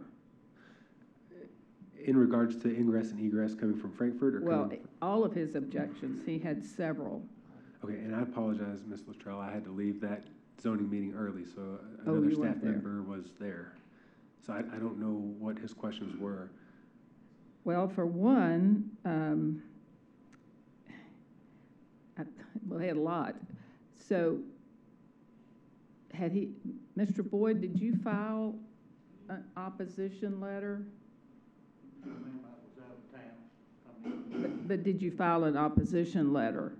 Okay. Well, it would have been helpful But if it you'd been sounds like there. one of the main concerns is building type. And these are all single-story buildings, wood frame structures. I'm sorry, how many stories? Single story. Single story? Yes, sir. Of course, we will comply with the new buffer yard requirements and screening of the UDC, which provides adequate separation. In addition, there's an alley to the north. And so, just like so many of the new developments, we feel like garden offices and light commercial use like this is a pretty nice neighbor. So when you talked about the south, you were talking about 117th Street? Now, 117th Street, in our planning, we do not show to improve that road. In the pre-development meeting, we were told we would not be required to improve that road. Our intention is not to use it at all and to only enter and exit the property through Frankfurt. So to the north, that's an alley? There is an existing alley on the north side, yes, ma'am. Okay, so you're going to come in and go out onto Frankfurt? Correct. So there would not be any reason that you would disturb, where is she? Yeah, the house on Homestead, is that right? Yes, ma'am, that's right. Unless people start going up and down the alley. They'd have to get through the fence to get there. Okay, all right. Well, I don't think anybody said that at Planning and Zoning, I think they were anticipating there would be another exit or entrance from somewhere, and you're saying no. The plan is not to have another ingress-egress point. Ms. Sager, could you give me a little more explanation on IHC? That might help Mr. Boyd. I mean, as to, and maybe a little explanation as to the two that are here, that this is actually a down zone, and what could be used there if it stayed where it was. Sure. So the current Interstate Highway Commercial IHC zoning was approved 10 years ago in 2013. It allows everything that's allowed in C2 as well as C3 with additional uses including ambulance service, automotive transmission shop, body shop, boat trailer sales, brew pub, a commercial private club, a dance hall, nightclub, bar, lounge, furniture stores, mobile home sales, microbreweries, muffler shop, print shop, package stores, tattoo studios, a variety of uses, veterinary hospital. C2 is local retail, and it allows retail type uses, a shopping center, office uses, restaurants, things of that nature. It's not going to allow any type of automotive use. It's not going to allow any type of bar, nightclub, lounge, anything like that, tattoo studio, anything like that. I guess, Mr. Boyd, that'd be a point that as it's currently zoned, there's a lot of bad things that may be perspective, but things that could go there that would disrupt that neighborhood quite substantially more. They're actually going from something that would have a lot more use, a lot more traffic, and maybe things you wouldn't want in your neighborhood, and going down to where it's more restricted. And maybe that helps you all a bit understand that. Ms. Patterson-Harris? Mr. Boyd, did you end, sorry, I'm sorry, I didn't meet you. Come on back here and hang out with me. I'm sorry? Come on up to the podium, please, sir. Where do you live in relationship to the property that's being, where this business is being proposed? Okay, the yellow lines that's outlining the project. Yes, sir. Ms. Castro lives to the west, which in this picture would be to the left. The house, the property that's just to the left of that vertical line. Okay, I live to the north and catty-cornered across that alley. In other words, I live on the northwest corner of that alley and Homestead Avenue. Okay, gotcha. I'm the first house north of her house and west. Okay, gotcha. So Mr. if Boyd, any- what is, I'm sorry, Ms. Patterson Harris, I'm just going to get that address. I think I failed to do that during the The public. address is 6001 116. All right, thank you, sir. Sorry about that. No, it's my fault. So if any activity were to take place, heading out to Homestead and I guess someone trying to get to 116th or 117th, the 116th could impact you. If there's any activity coming out onto Homestead and going to the west, that would impact you. That'd be correct, yes. There's a tremendous, for whatever reason, there's a tremendous amount of traffic on 116th and then going north and south on Homestead, past my place and Miss Castro's both. To me, and you tell me if I'm wrong, it sounds like one of the contributing factors to the issues in that area is that the streets aren't designated. That the streets aren't what? Are not paved or designated. Well, more or less, they are paved.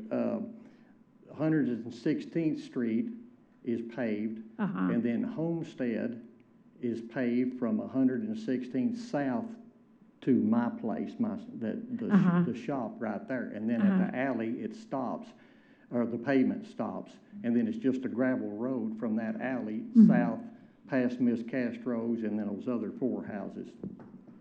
Yeah.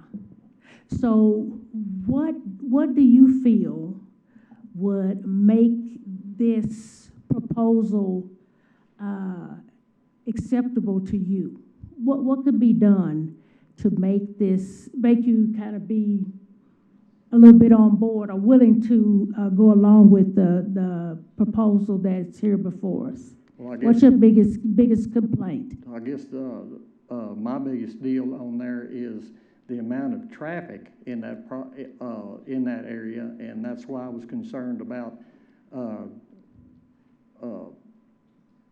the other, say, 117th Street going down in front of Ms. Castro's place. If that was going to be an outlet as well, because we didn't know if, say, it only has one access on Frankfurt Avenue, then just say there was an accident there or whatever, well, then those other cars need to get out or the fire department get in or what, so. Gotcha.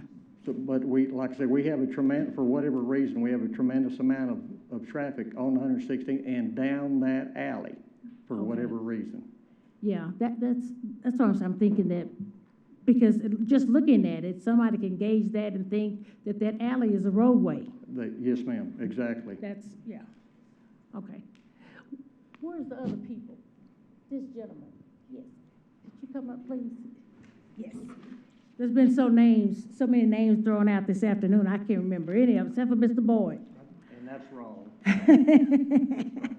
Let me ask you a question. No efforts were made to kind of communicate and let some of the folks understand what was going on, was there? Yes, I did receive a call, and we spoke. You spoke with who, sir? I apologize.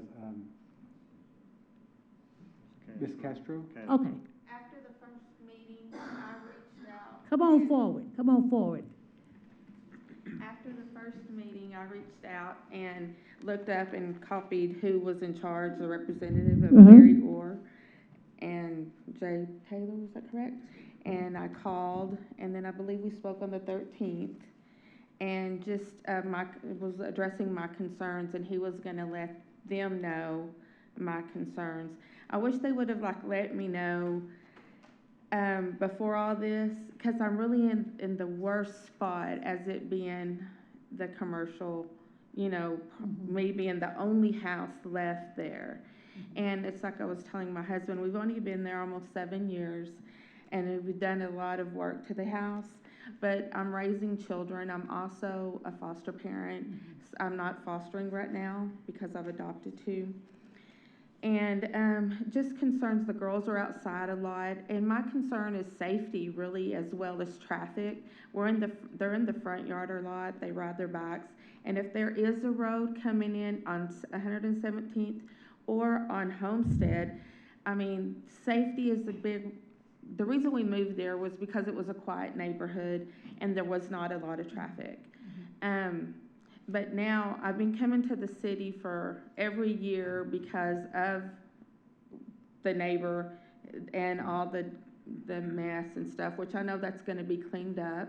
But my concern still is this is a residential property, and I'm all for, improvement and businesses. I come from a business family, so I understand the concept of things coming in, but it's just where my house sits. I'm the only one on that whole block now, so it causes it's just a negative. It's just not good for me to be right there where I'm at. I told them I may even be willing to leave and sell or do something, because that is not for us to be there and for me to be working and my husband to be working as my girls get older and them be outside or anything like that. That is one of my big issues, and that was the reason why we moved into this estate. So there's nothing you can think of that would relieve you of that feeling. No, Okay. I mean, really, if you're looking at it as a business, which I come from a business family, I would always, my dad's always said, customer service is number one, and making sure you address everybody that's affected around you. Mean what you say what you mean. So my concern is where my house sits. What am I going to do for the safety of where I'm going to be and what they're going to come in and put in? I just wish that they would have come and said, we're looking at this. Are you willing to do A, B, or C? But right now, even on phase 1, let's say they don't put in 117th on phase 1, but phase 2 comes in and the fire department or anybody comes in and says, we're going to need to put an exit somewhere in front of your, here or here.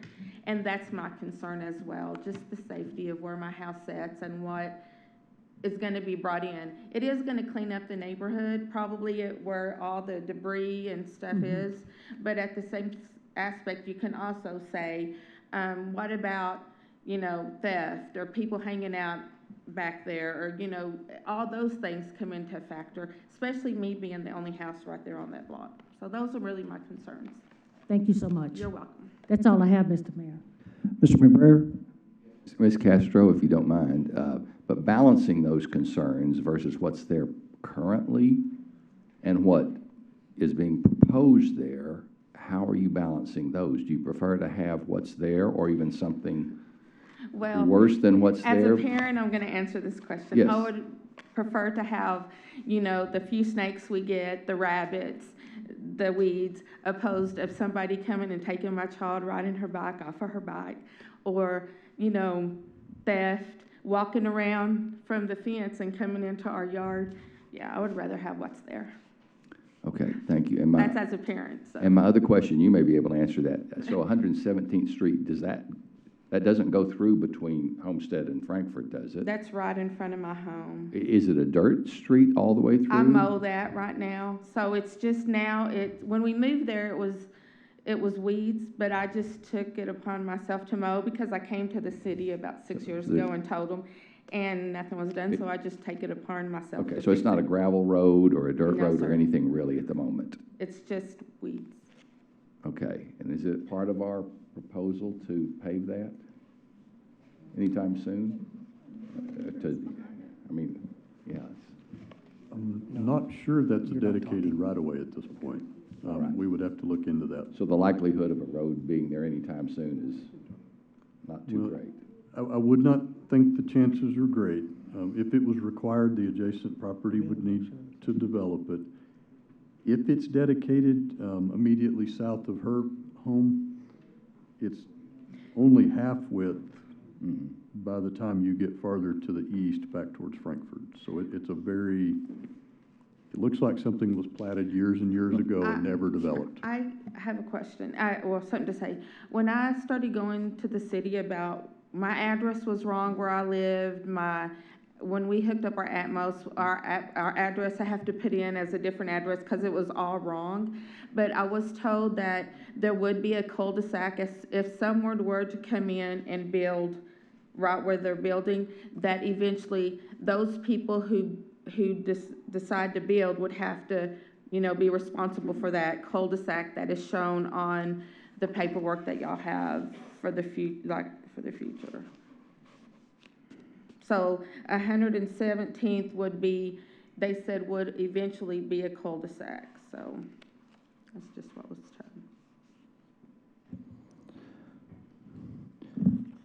All right, we have 6.11 in front of us. I believe we have a motion and a second.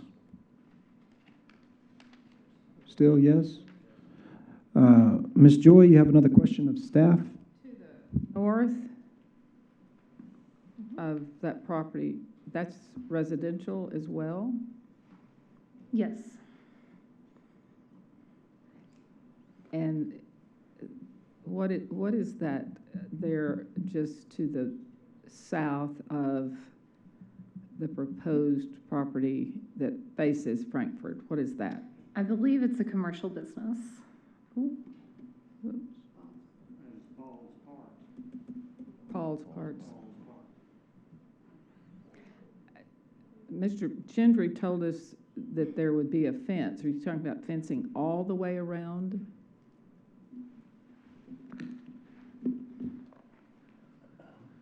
So we will have to fence in compliance with the UDC, which would be the north property line, the west property line, and our preference, I believe, is to fence the south as well along what would be 117th Street to enclose this. I do not believe that we would fence along the property with Paul's Parts unless required. Well, Ms. Castro is concerned about people walking out from that area, that business area, just walking out and wandering around. So if you fence it all the way to where the little jag starts, the little elbow starts, right there. You're going to fence it all the way down and up. Yes? That would be our preference, yes. Okay. And again, we went through pre-development meeting. Our preference, again, is not to pave this road, and we were told we would not be required to. We do not want to use that. Well, there's no road, basically. Right. Well, there is a right-of-way, and we were told we would need to maintain and keep the right-of-way, but we would not be required to improve it. Ms. Castro, does that help you any if the fencing, and everybody up here is understanding the problem. You got worse things zoned here now than this. I don't think we can emphasize enough this is a downgrade from what can be developed. I've read, and I do understand that. And those are just my concerns, and I respect y'all's decision. That's a 6-foot, what, fence? I believe the UDC requires 8 foot. 8 foot, okay. So. And a 20-yard buffer. I'm still learning the new code. Okay. So there's also a landscape buffer between these buildings and the fence. I don't think any of us really like the situation, but as much protection as we can put in this, and Mr. Gentry, I don't want you just to say what the UDC requires. I want you to talk to us about what needs to be done. Well, and this is a good opportunity to say, this is, I think, a good example of how the UDC requirements benefit neighborhoods, because those requirements, I think, help in creating that buffer. I don't want to get off too much on other things. We're still focused on 6.11. Okay. And I think we beat this horse. If there's no other questions, thank you all for being here. We really appreciate y'all being here. I think the message Ms. Joy conveyed to many of us is a down zone, and we appreciate y'all showing up. Thank you, Mr. Gentry. All right, we have a motion and a second on 6.11. All in favor of approval of 6.11, please say aye. Aye. Any opposed? All right, motion carries 5-2. I believe the nays for records, Ms. Patterson-Harris, Ms. Joy. All right, let's now move to 6.12. Ms. Sager. Item 6.12 is a zone change from transition to two-family district R2. We sent out 39 notifications, receiving 0 in favor and 3 in opposition. This property is located south of 146th, west of Frankfurt Avenue. Here's the response map showing the 3 properties who responded in opposition. Here's an aerial view of the subject property. The subject property is currently vacant, and there are residences on the east side of Frankfurt Avenue. Current zoning is transition and is outside city limits to the east of Frankfurt Avenue and a portion north of 146th Street. Future land use plan designates this property for low-density residential land uses. Here's some photos of the subject property and surrounding area. Here's a graphic provided by the applicant showing the proposed layout of the lots for this residential subdivision. The future land use map designation for low-density residential land uses with commercial uses at the intersection of Frankfurt and 146th Street is not consistent with the zone change to R2, which would be considered medium-density residential. However, R2 is appropriate in this location for a residential subdivision and would conform to the principles of the 2040 Comprehensive Plan. The zone change is in conformance with the zoning ordinance and are compatible with the surrounding area. The property is located south of 146th Street, which is designated as a principal arterial, and west of Frankfurt Avenue, which is designated as a minor arterial. Staff recommended approval of this request. The Planning and Zoning Commission recommended approval with a unanimous vote. And I apologize, the 3 responses in opposition had concerns about lowering property values and an increase in traffic in the area. And I'd be pleased to answer any questions. Thank you, Ms. Sager. All right, let's go ahead and open up the public hearing as to agenda item 6.12. Any person wishing to speak in opposition to 6.12, you may approach at this time.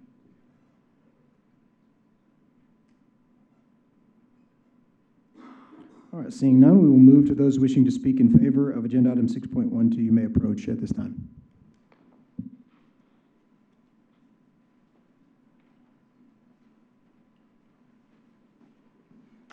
Hello, Mayor and Council.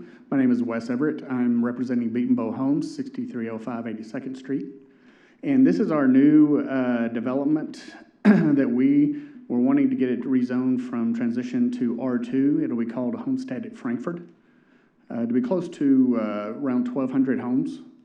And the majority of it is our core product, which is 1,200 to 1,400, 1,500 square foot, 2,000 right in that area. And then also a smaller percentage of our cottage, which is smaller, around 1,000 to 1,100 square feet, that we will be in smaller pockets in this community. And a very small portion, we were looking at possibly having townhomes, but that is on a further part of that development. This is one of the main reasons for us looking at it being R2.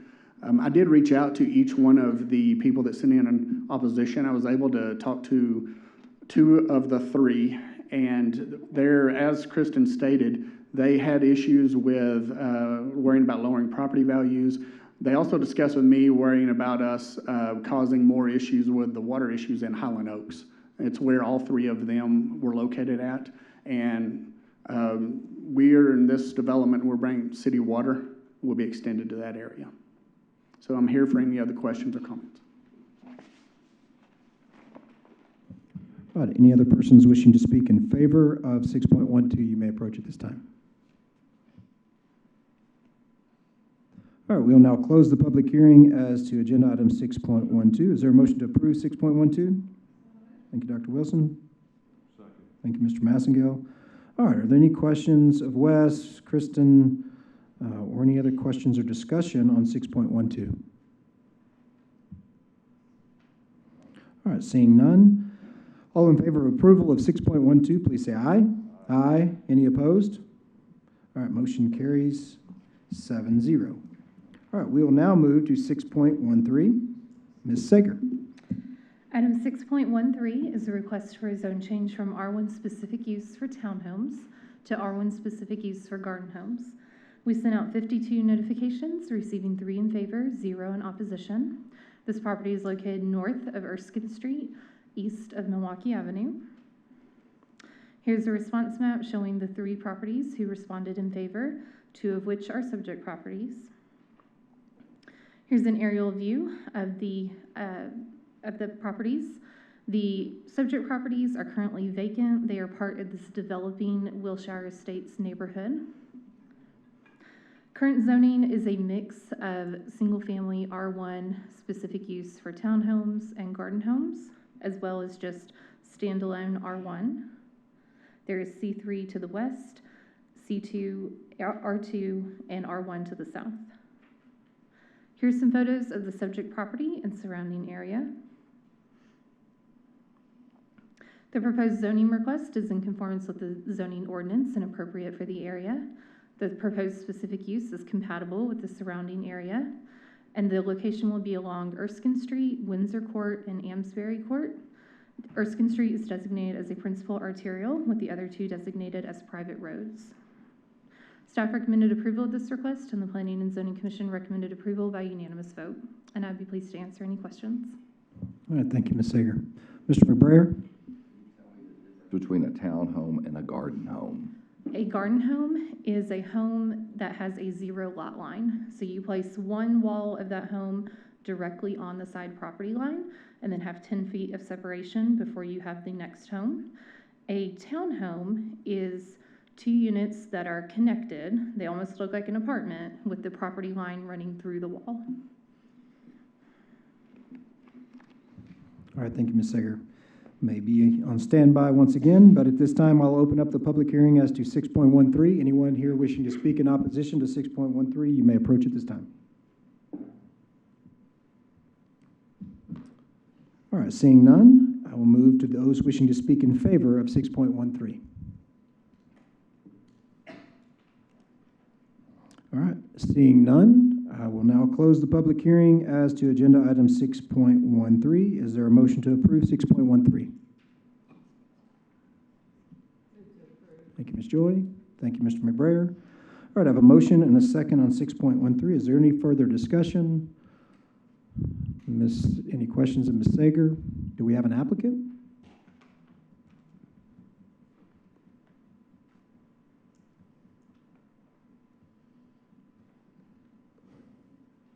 Ms. Joy, you have questions or discussion?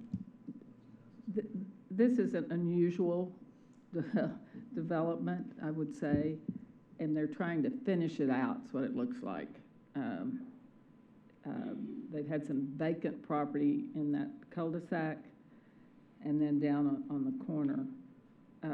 I am surprised we didn't have somebody opposed to it, but we don't.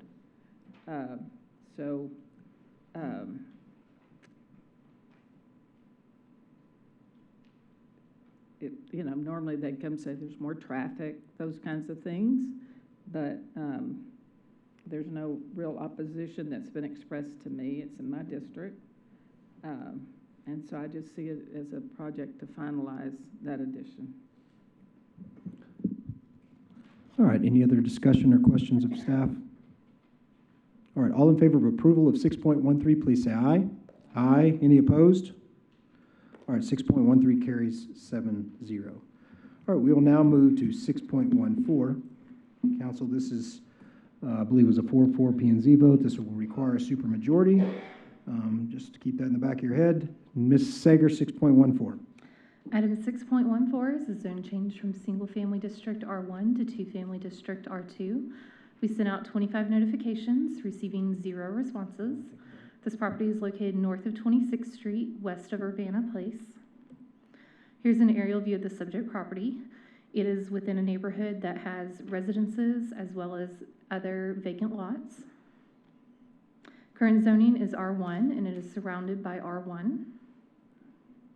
Future land use plan designates this property for low-density residential land uses. Here's some photos of the subject property and surrounding area. The future land use map designation for low-density residential land uses would not normally be compatible with the R2 designation, as it is considered medium-density residential, though it can be appropriate in the location within this neighborhood as an infill project. The proposed zone change is in conformance with the zoning ordinance and compatible with the surrounding area. It is located north of 25th Street, which is designated as a local street, west of Urbana Place, which is designated as a collector. Staff recommended approval of this request. The Planning and Zoning Commission recommended denial by a vote of 4 to 4. Therefore, a supermajority of 6 out of 7 votes will be required for the request to be approved, and I'd be pleased to answer any questions. All right, any questions of Ms. Sager at this time? All right, thank you, Ms. Sager. At this time, I will open the public hearing as to agenda item 6.14, and anyone wishing to speak in opposition to 6.14, you may approach at this time.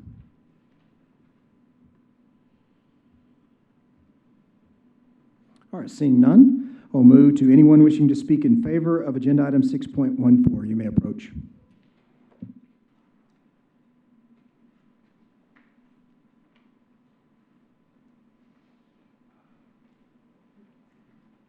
Council. Robert Kennedy with Delta Land Serving, 1310 Jarvis Street. And Wendy Jones from Red Yucca Investments, 6671 Main Road, Canton. This is a very underdeveloped area. A lot of the lots that are vacant out here are not platted. Nobody is lining up to scoop up any of these lots. This would be an improvement to the area, I believe. The lots that the client owns are larger 100-foot lots. I believe the street to the south, 25th Street, is not improved. Urbana Place is. If somebody was going to come in and try and, replat these lots, they would have to, finish out 25th Street, I believe.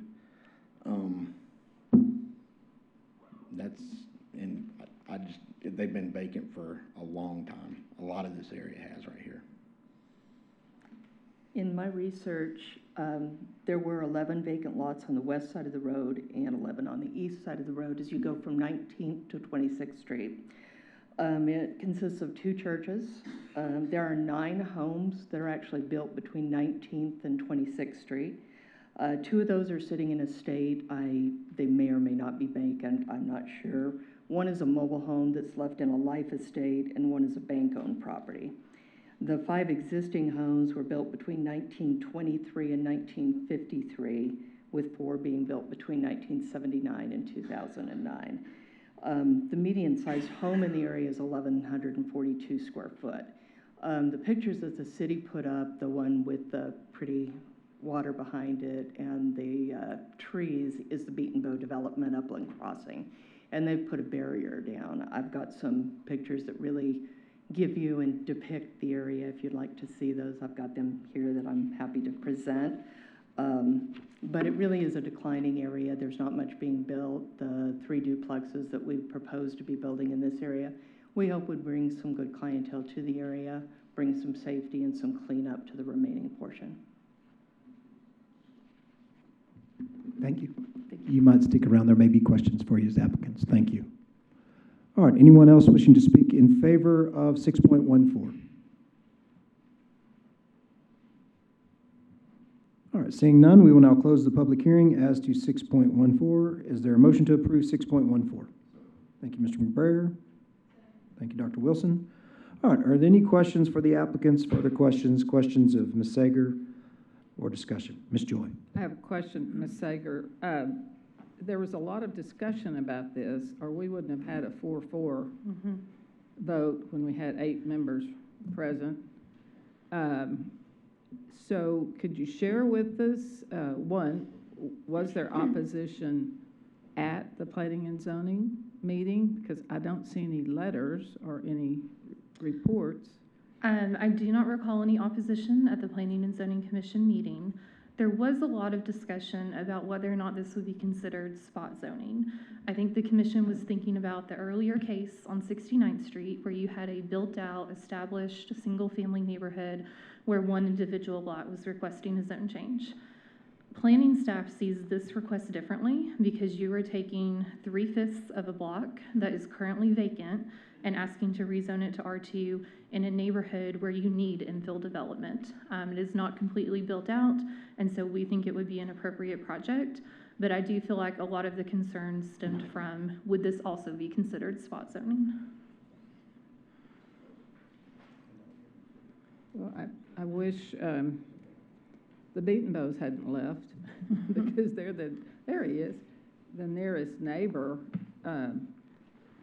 You want to come up and, I assume you got notice on this. Maybe, maybe not. No notice, okay. If you would have sent it out to the 400-foot notification, I might have. That's right. So. Chris Berry, 7207 91st Street. But you're close enough that you're in the photograph. Yep. And right now it's zone R1, all of that is, and there's not much over there according to the photographs that we just got. Do you have any concerns for your development? Not really. We're almost built out there. We got a little bit of the center of Upland Crossing. We've already moved across the street on 34th Street and to the east of Upland with our continuation of Upland Crossing. I would love to see this area built out. I think it needs some help with something over there that could help revitalize what can be revitalized. I know there's a big playa lake in the area, so they got some drainage issues. Okay. So. Okay, all right. Thank you, that helps. Yep. Thank you, Chris. Welcome. Any other questions of staff, questions of the applicants, or further discussion?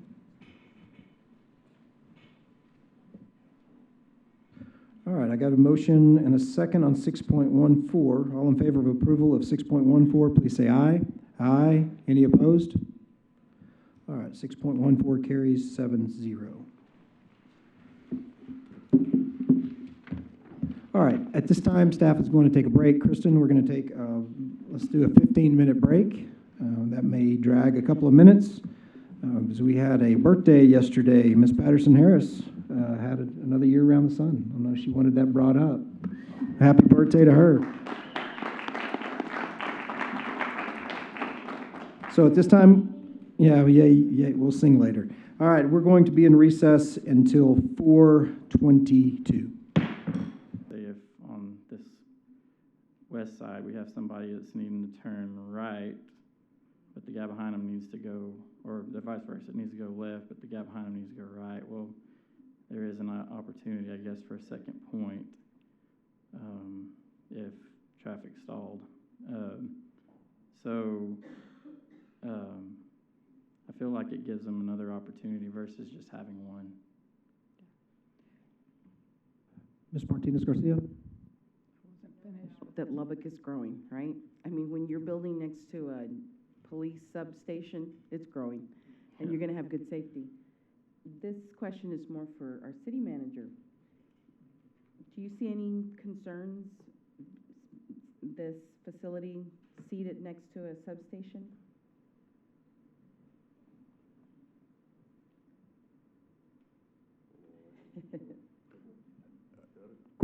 Question was, do I see a concern with it being located next to the station? I do not. Stations are secure. Stations also have, there's secure parking in the back. I do not. That's all I wanted to know. Ms. Patterson Harris? Thank you. I just curious about this information for what the tenants could be. you indicated that the target group is young professionals, Yes, ma'am. and you talked about high rental rates.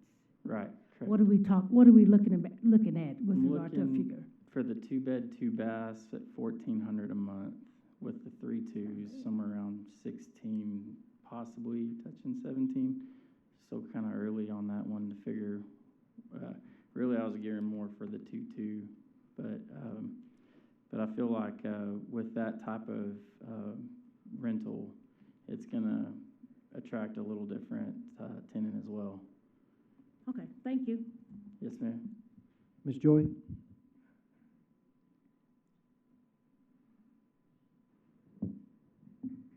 I was just going to say that in addition to the neighborhood to the north, that's single family, the neighborhood to the south is single family. Correct. And to the west is single family. And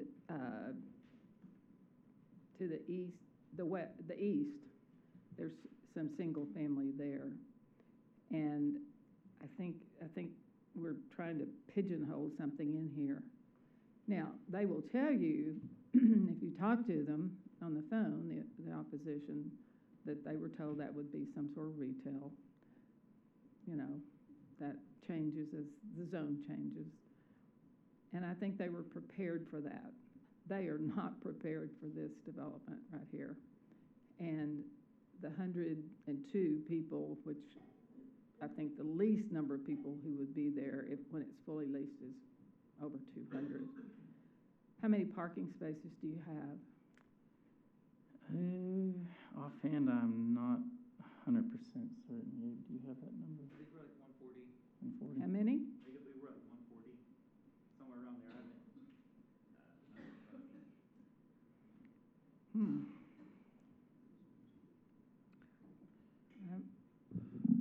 All right. Is that all, Ms. Joy?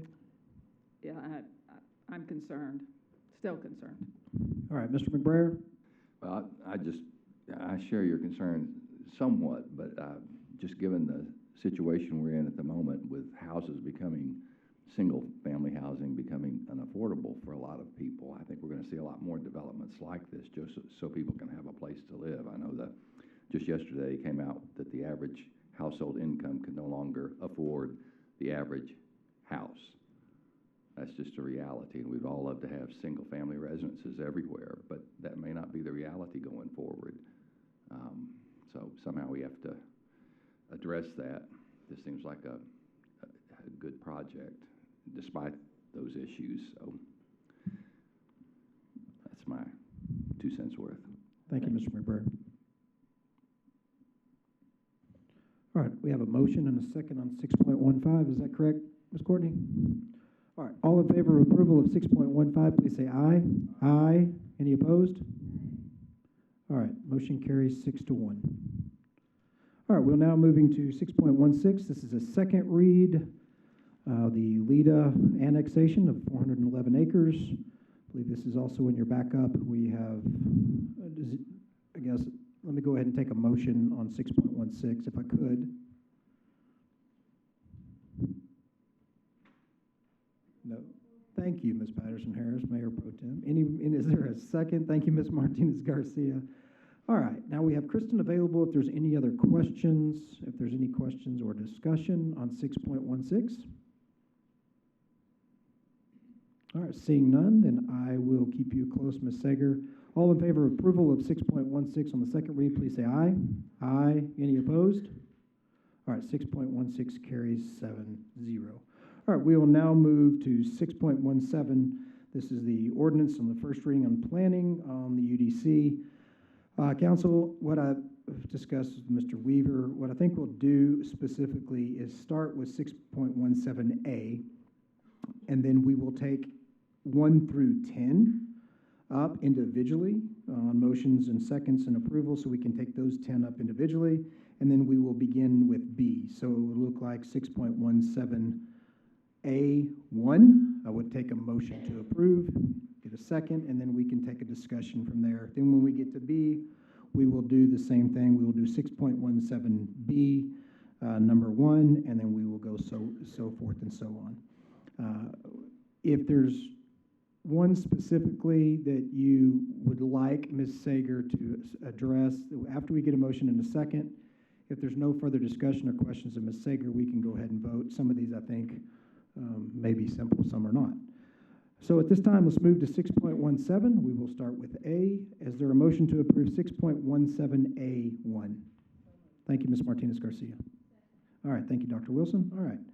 Is there any questions of Ms. Sager or further questions of staff on 6.17A1? A1, yes.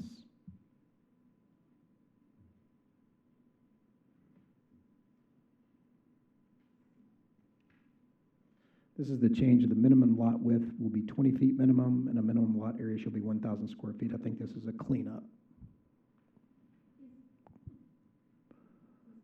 Yes, Ms. Patterson-Harris.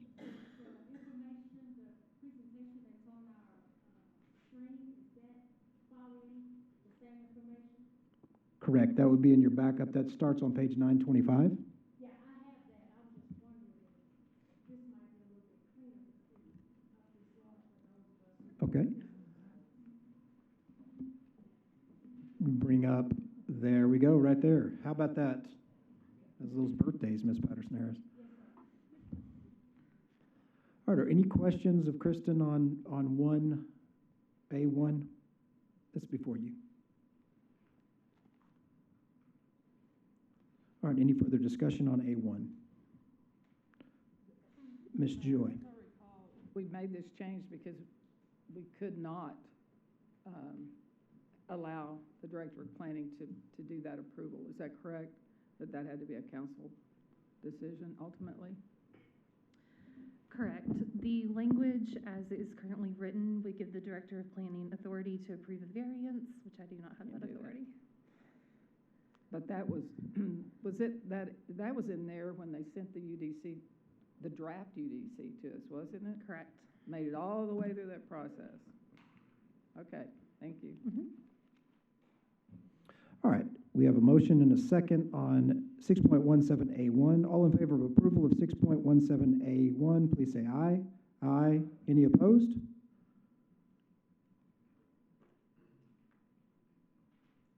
Ms. Patterson-Harris? Was that an aye? Okay, all right, thank you very much. All right, 6.17A1 carries 7-0. All right, we will now move to 6.17A2. This is the removal of the exemption application to school districts. All right, is there a motion and a second on A2? Thank you, Mr. Massengill. Dr. Wilson, are there any questions from Ms. Sager or staff or discussion on A2? All right, all in favor of approval of 6.17A2, please say aye. Aye. Any opposed? All right, 2 carries 7-0. All right, we'll now move to 6.17A3. Is there a motion to approve A3? Thank you, Mr. Massengill. Is there a second? Thank you, Ms. Martinez Garcia. All right, any questions on A3 from Ms. Sager, staff, or discussion? Ms. Patterson-Harris. Can we have Ms. Sager or someone pull up those red line pages on 7, 8, and 9, please? Yes, so I have those pages here in the presentation.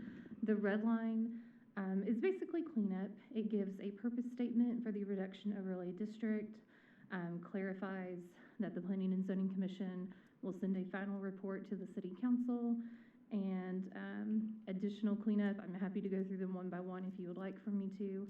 But the main one I want to point out, item B, where the P&Z recommended to reinsert the section that reads, the reduction overlay district may prohibit billboards, even if allowed in the base zoning district.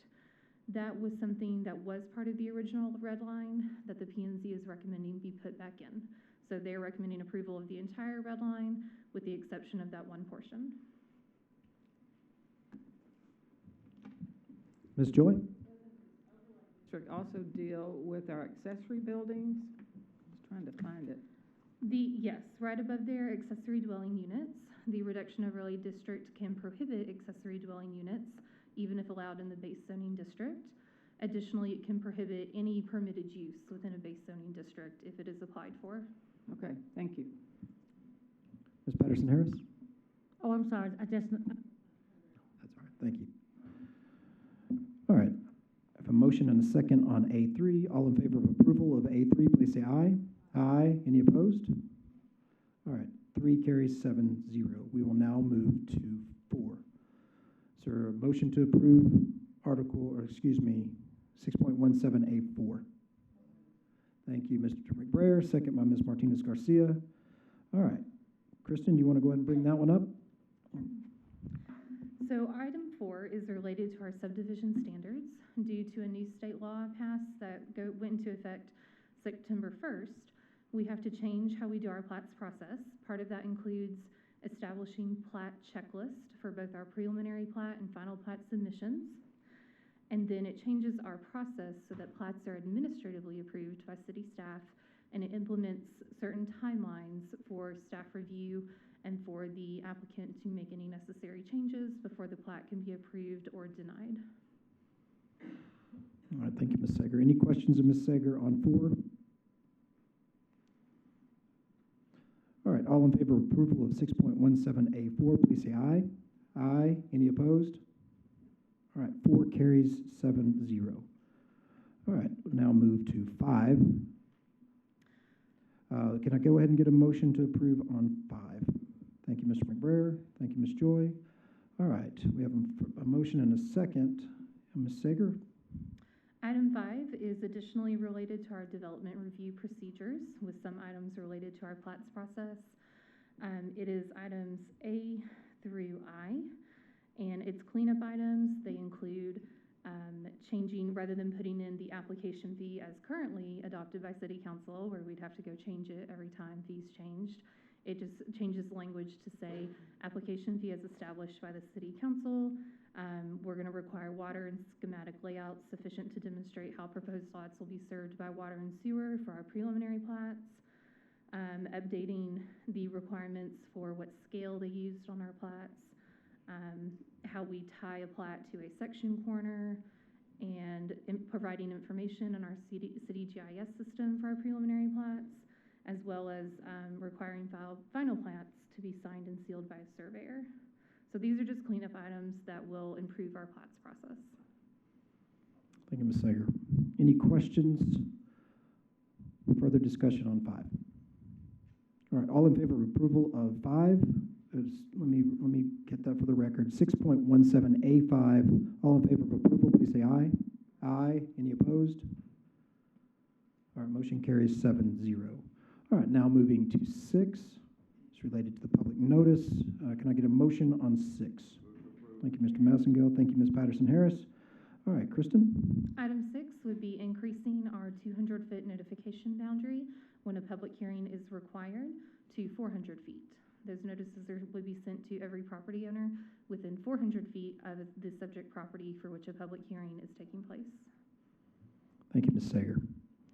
All right, any further discussion? Yes, Ms. Patterson Harris.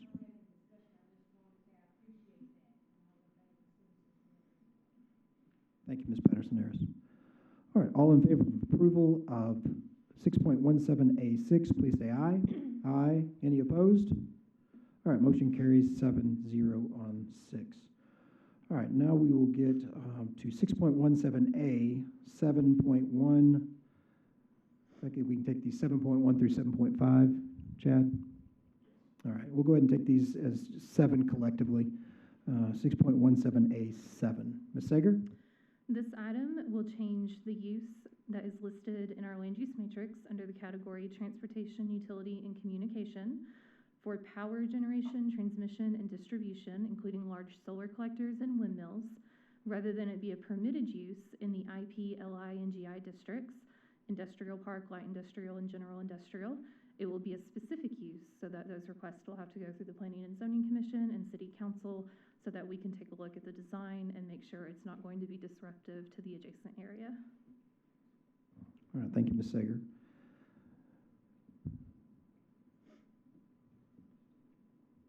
motion? Kind of went backwards on myself, I apologize. I think, are we still in public hearings? No, these are not public Okay, hearings. thanks, I'm just kidding. All right, is there a motion on 7 collectively? Thank you, Dr. Wilson. Thank you, Ms. Joy. All right, we have a motion and a second now, and Kristen has already given us some information. Ms. Joy, you have a question for Ms. Sager or discussion?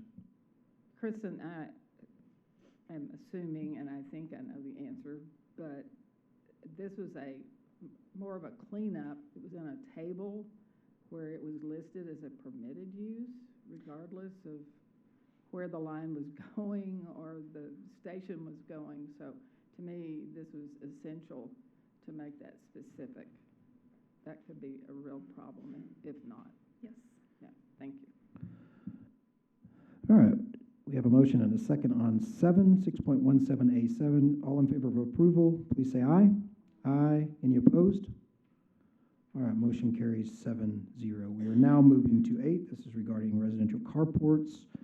Is there a motion to approve 6.17A8? Thank you, Mr. McBrayer. Thank you, Ms. Martinez Garcia. All right, this may go without saying. Does anybody have any questions of Ms. Sager on 6.178? Specifically 20 to 24 feet in length. All right, all in favor of approval of 6.17A8, please say aye. Aye. Any opposed? All right, motion carries 7-0. Thank you, Mr. McBrayer. All right, now we're moving to 6.17A9. Is there a motion on 6.17A9? Thank you, Ms. Patterson-Harris. Is there a second? Thank you, Dr. Wilson. All right, 6.17A9. Ms. Sager? So this item will amend how we measure the driveway spacing requirement, make it more clear. So it will read, measured between the nearest edges of driveway throats. So there's no ambiguity in how, if you say edge to edge or center to center, this is exactly how you measure it. Any questions of Ms. Sager on number 9? All right, we have a motion and second. All in favor of approval of 6.17A9, please say aye. Aye. Any opposed? All right, 9 carries 7-0. All right, we're now moving to number 10. As multiple sections, we'll take those collectively as number 10. Can I get a motion on 6.17A10? Thank you, Dr. Wilson. Thank you, Mr. Massengale. All right, Ms. Sager. Item 10 deals with our mixed-use districts and zoning map. There are 3 different, it's broken down into 1A, 1B, and 1C. They deal with redesignating anything zoned MU4 and MU6 to MU3, changing maximum front build 2 zones in MU3 to 10 foot, changing how single-family detached dwellings to limited use in MU3. Additionally, on 1B and 1C, redesignating anything zoned MU2 north of 10th Street as MU3, MU2 south of 13th and west of Texas as MU3, and anything zoned HC, heavy commercial, within the CBD TIF boundary as MU3. This is how that zoning map would look with all of those changes. So West Broadway between University Avenue and Avenue Q would still remain MU1. The pink in the middle of downtown is the Broadway district, MU2. The light yellow would be the MU3, and then you still have the Civic Center district, MU5, in the northwest corner. So it cleans up a lot of downtown. We have 6 different districts right now. This brings it down to 4, makes it a little more uniform. All right, thank you, Ms. Sager. Any questions or discussion on 6.17A10? All right, Ms. Joy. The original proposal for UDC was to leave the MU districts as they were. Correct. And there was a reason for that. Do you recall what that reason was? We currently have 6 central business districts. I know, our council subcommittee wanted to see them remain as those 6 different districts. We had talked about bringing it all the way down to 1, which would have been a huge change. So this is just something minor from what we have today. Well, this is the McClendon amendment, correct? Yes. Ms. Sager, what year was that subcommittee that made, you mentioned a subcommittee? Our council subcommittee that we worked with on the UDC was at least 2 years. It was from 2022. All right. Correct. May of Yes. May of 2022 when this current council came on, correct? Correct. All right. Any further discussion or questions on 6.17A10? All right, all in favor of approval of 6.17A10, please say aye. Aye. Any opposed? All right, motion carries 6-1. All right, that is through A. We are now moving to B. These are items that were recommended for denial by P&Z. We'll do this exactly the same way with approval of council. We'll start with 6.17B1. This is the Ms. Joy amendment. Is there a motion to approve 6.17B1? Thank you, Ms. Patterson-Harris. Is there a second? Second. Thank you, Mr. Massengill. All right, 6.17B1, Ms. Sager. So this amendment would change the parking requirements for apartments and vertical mixed use. For apartments, the changes would be 1 per efficiency unit, 1.5 per dwelling unit with 1 bedroom, 2 per dwelling unit with 2 bedrooms, 2.5 with 3 or more bedrooms, 1 additional space for every dwelling unit, for every 4 dwelling units in the development, and put those same requirements for vertical mixed use. All right, thank you, Ms. Sager. Any questions of Ms. Sager or discussion on 6.17B1? Ms. Joy. I don't think this is my amendment. This is Ms. Kreit's amendment, if I recall correctly. This fixes the problem that exists in UDC that I really don't think anybody intended for it to read the way it did when it was proposed. I don't think anybody gave a whole lot of thought to it. That may have come from our consultants, more so. I don't remember you discussing it, anybody discussing it, and this is just makes more sense for one, and I think it corrects something that eventually could be a real problem. Thank you, Ms. Joy. Mr. McBrayer? Yeah, I never could quite see the reason why the parking requirements for vertical mixed use were so much less than they were for just apartments. Just didn't make a whole lot of sense. They serve the same purpose other than some have a commercial use on the bottom floor. So I don't think the way it currently reads is appropriate, and it's going to cause problems. I'm not sure that I'm in favor of quite as drastic a proposal as they've got here. Just my understanding of how these units are made up and what kind of parking are in them, they don't really require usually that much parking, but certainly 0.5 per dwelling unit under a vertical mixed use is really way low. Ms. Joy? This just puts it back the way it was. Okay? Yes. Right? Mm-hmm. Yes. Back to the way it was. Yeah. Did that include the one Mr. additional McBrayer? space for every 4 dwelling units? What, you want to ask Ms. Yes, Sager? did that? Yes, our current code, the A2 district and A3 have these exact requirements. What's in green, is that right? Yes. Okay. Green and black. Thank you. Thank you, Mr. McBrayer. Ms. Joy. Anybody else have questions for Ms. Sager? All right, is there any further discussion on 6.17B1? All right, all in favor of approval of 6.17B1, please say aye. Aye. All opposed? Nay. All right, motion fails 3-4. All right, now we'll move to, is there something, Ms. Joy, you wanted to bring up there? No. All right.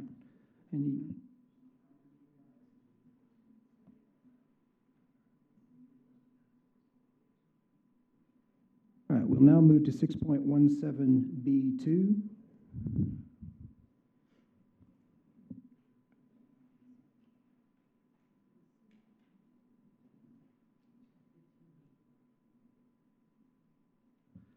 All right, 6.17B2, and if we could have council please keep comments to the dais or to public record.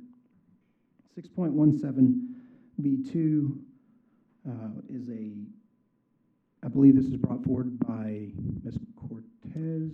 It's a combination of the Combination. comments from Ms. Cortez, Mr. Shankles, and Mr. Hernandez.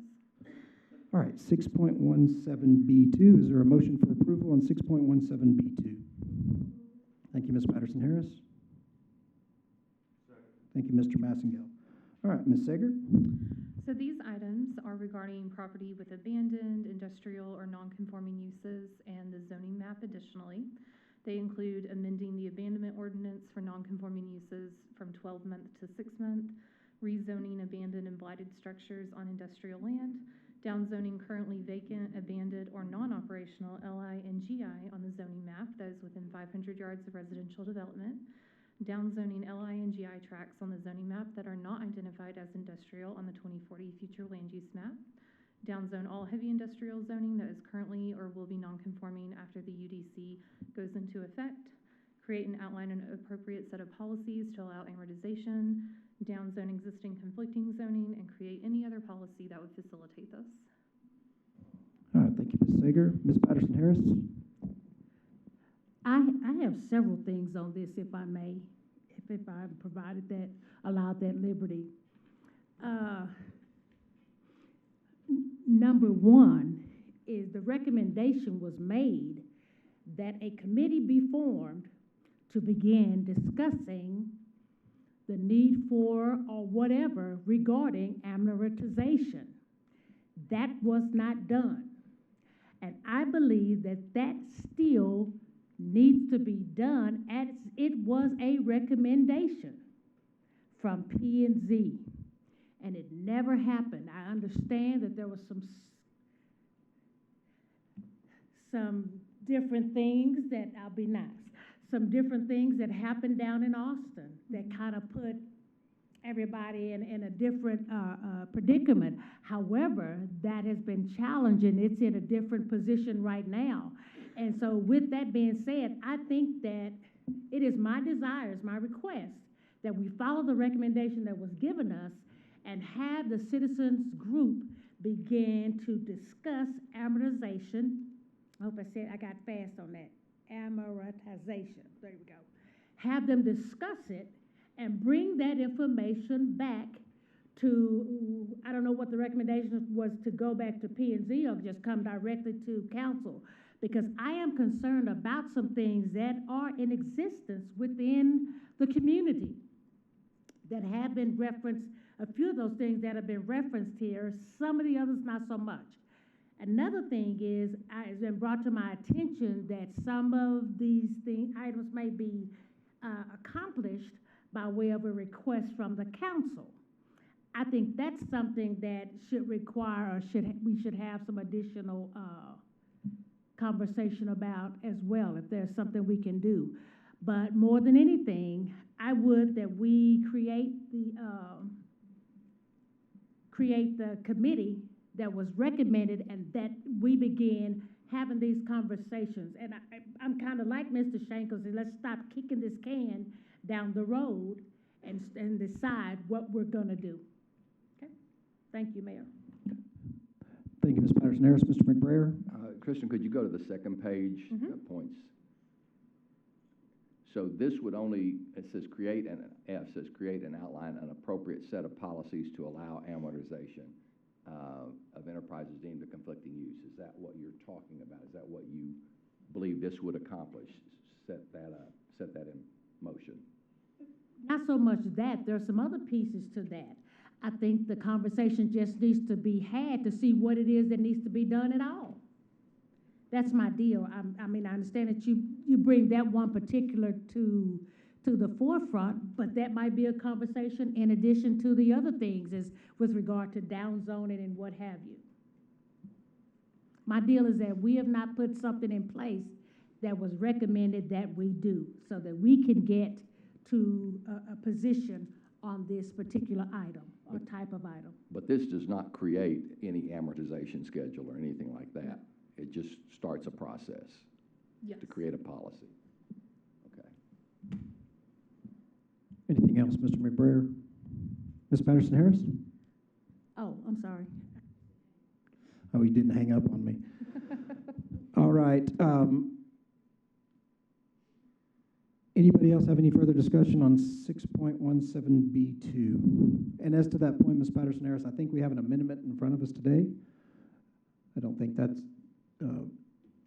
at this time to create anything other than be voting on the amendment. I think that is something that could be put forth on the council's agenda by one or two council members in the future for discussion. Some of it may be not necessarily kicking down the road. It may be that we need to see what the legislator does at some point also. So I think that's something that if you'd like to bring forth, then we could consider. As today, I think we're voting on 6.17B2 as proposed in his amendment. Yes, Ms. Patterson-Harris. You may. And I made reference to the bill, I think it's what, 9127? Yes, I made reference to that. However, at this very point, it has been, a ruling has been made on it. And I think we're waiting on the appeals and all of that to play out. So at this moment, there's nothing that kind of does away with this allowance. But what I'm saying is, if we do it later or whatever, because once, if this is voted up or down, and something, you know, something tells me that it will probably be voted down, then this goes totally away. So I would that if I need to call for us at this moment to form that committee, I'd like to do so. But my deal is I don't want this for folks to vote against this and then it goes away and then there's no further conversation. That's my concern. I understand. I don't think this is appropriate time for the call for a committee. I don't think it's in front of this council. I don't think it's been brought forth by P&Z under 6.17. I also think that we have said as a council that we intend to look at this again, especially the next few years, probably come back up again in May. Specifically, not before you're gone. No, you can't walk it. You can't leave. You can't leave yet. But I think this is a living, we've said it before, I think this is a living document. I don't think this just ends just because something happens today. So I think we're voting on 6.17B2. I think that's where the vote stands in front of this body. And if nobody has any further discussion, I would call for a vote on 6.17B. All in favor of approval of 6.17B2, please say aye. Aye. All against, nay? Nay. All right. I'm thinking Mr. Mayor, could we count that, please? Yeah, we can do that up on the screen if you want. You want to put that up for me, Jimmy? All right, all of them, you can go ahead and hit your buttons now. All right, 3 yay, 4 no. All right, motion fails 3-4. All right.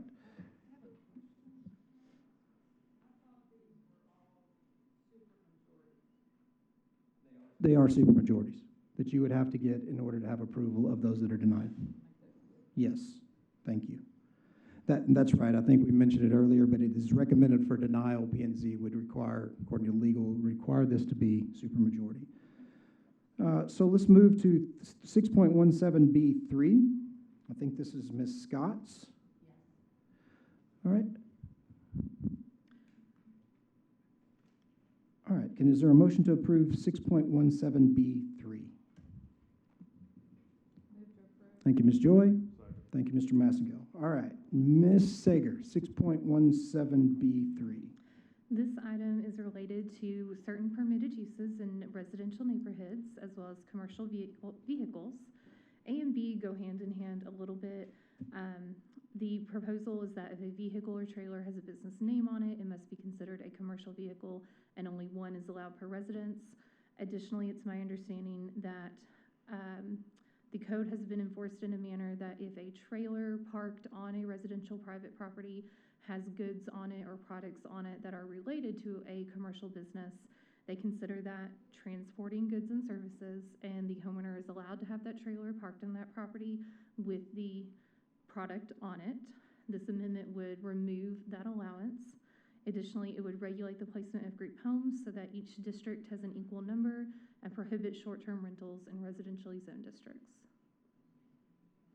All right, any questions, Ms. Sager, on 6.17B3? All right, any further discussion on 6.17B3? Ms. Joy. we've been down the short-term rentals problem, and that one is going to be based on case law, that will be almost impossible to do, as will regulating the group homes and requiring an equal number. However, parts A and B are doable, and I'm sorry that they're put in there together, but that's the way they were voted on by P&Z, and so at this point, we can't separate them. So I regret that. I don't think we can, because it came to us the way it came to us. Mr. McBrayer? That was just my question, just a legal opinion. This proposed amendment cannot be amended. This is the amendment that's been denied by P&Z. Okay. Ms. Joy?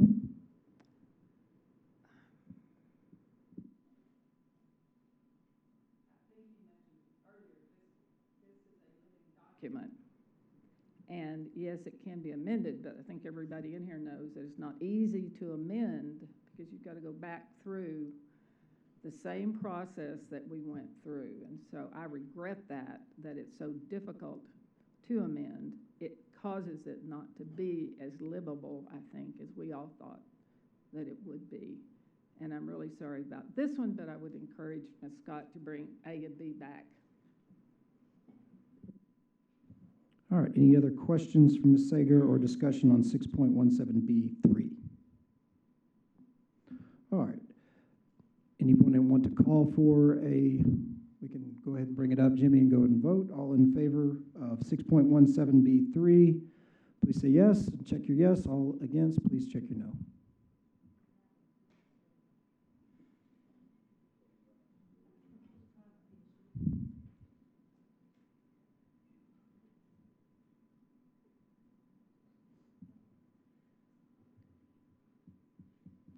All right, motion fails on 6.17B3, 07. All right, next we will move to 6.17B4. I believe this one was requested by the party issuing or requesting the amendment, this be withdrawn, but because it did come to us from P&Z, then we would still have to vote on 6.17B4. Is there a motion to approve 6.17B4? Thank you, Ms. Joy. Thank you, Mr. Massengale. All right. Is there any wish for Ms. Sager to discuss 6.17B4 or discussion on this as it was requested to be withdrawn? All right, we can pull that back up, or we just take a vote. It's up to council. Let's go ahead and pull that back up, Jamie. We'll just do that for the remaining. All right, all of those in favor of 6.17B4, please hit your yes button. All against, hit your no.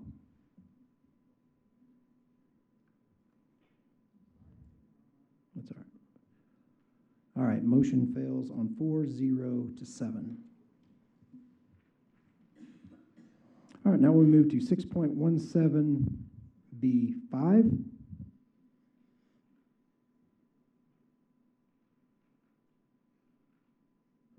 This is the previously existing accessory dwelling. This was recommended by staff at one point, and this failed P&Z, and I think we can get discussion and further explanation from Ms. Sager. Let's go ahead and take a motion on 6.17B5. Thank you, Dr. Wilson. Thank you, Mr. McBrayer. All right, 6.17B5. Ms. Sager? Thank you. So staff's recommendation on this one was to make it consistent with our current code and add back in the November 20th, 1980 date. In our current code, any accessory dwelling unit built prior to that date was legal. Anything built after that date was not. And so our original intent in adding this date back in was to clarify who would have a potentially legal accessory dwelling unit that they could continue to use. The way the language is drafted currently, without that date, and as P&Z recommended to keep that way, would allow anyone with an accessory dwelling unit on October 1st, when the UDC goes into effect, to take advantage of the new UDC that does not have that cutoff date, and they'll be able to use their accessory dwelling unit moving forward. And then we'll implement the new rules in the UDC for any newly constructed accessory dwelling units. All right, any questions of Ms. Sager on number 5? Ms. Joy? Ms. Sager, under C, where you scratched out the billboards, is that because that is included back in the reduction overlay district language? I'm sorry, I'm not sure I understand. Well, you deleted the billboard provisions. In the reduction overlay district, yes. Because it is in the reduction overlay district, correct? That they can prohibit it if they choose. Right. That We just language was considered added that back earlier. in. Yes, Okay, correct. and so you took it out here because it doesn't belong there anymore. Is that right? Yes. Okay. Mr. McBrayer? Ms. Sager, can you sort of briefly summarize what was the discussion in the P&Z meeting over this and why they didn't prefer your language to just the cutoff at October?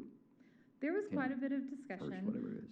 A lot of the commission felt like removing the date and allowing anyone who has one on October 1st to use it just kind of gives it a clean slate. We're starting over, new code.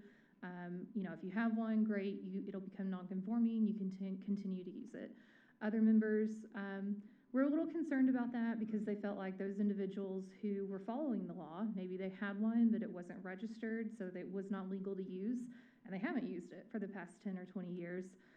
Now all of a sudden they could have been using it all this time. But ultimately the consensus was clean slate. If you have one, you can use it, and then we'll implement the new rules moving forward. Ms. Sager, this doesn't prohibit us from using other code means or other alternative methods. If it's substandard housing and we need to enforce it, this doesn't mean just because there's not a date here that we can't still enforce our other laws, right? This is just taking an arbitrary date out of 1980. If they haven't done it in the last 40, 45 years, then some people may not have the ability to show whether it was done or not in 1981. Absolutely. As substandard structures, code enforcement can absolutely still enforce our regulations on those. All right. All right, any other questions of Ms. Sager on number 5?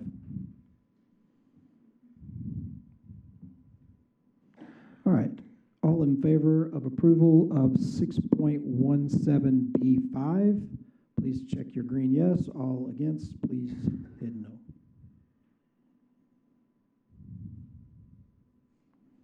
All right, 6.17B5 fails 1-6. All right, we are now moving to 6.17B6.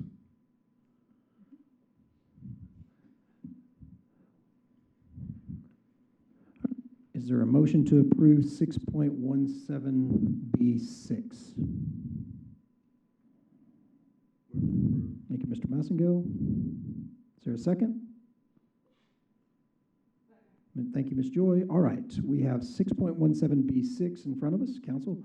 Ms. Sager, turn that one over to you. Thank you. So the current language in the UDC for definition of family is no more than 3 unrelated persons living and cooking together. The second half of that definition. The 2 proposals denied by the Planning and Zoning Commission was to take that number back down to 2 unrelated individuals, or change it to any number of unrelated persons in a single-family home that are under the same lease.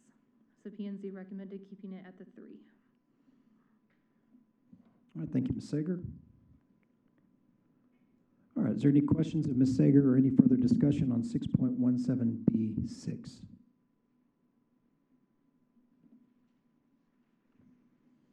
All right, seeing none. All right, Jimmy, if you'll pull that up, 6.17B6. All in favor of approval of Amendment 6.17B6, please hit your yes. All against, please hit your no.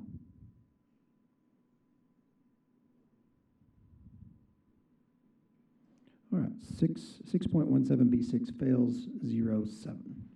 All right, we're now moving to 7. These are similar in nature, but because there are some distinct differences, I think, in 7.1 and then 7.2, let's go ahead and take those up separately.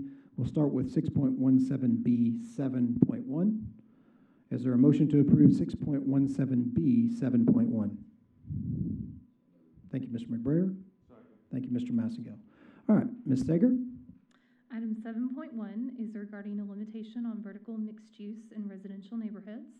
The proposal is to add the language that states, limit on vertical mixed use in residential neighborhoods. The standard for vertical mixed use in the mixed-use subdivision shall not apply on a block containing one or more lots zoned for RE, SF1, or SF2. All right, any other questions of Ms. Sager on 6.17B 7.1? Mr. McBrayer. What is the definition in that of a block? Both sides of a street or one side of a street? Both sides. Both sides of the street. Thank you. Any other questions of Ms. Sager? All right, is there any further discussion on 6.17B 7.1? Yes, ma'am.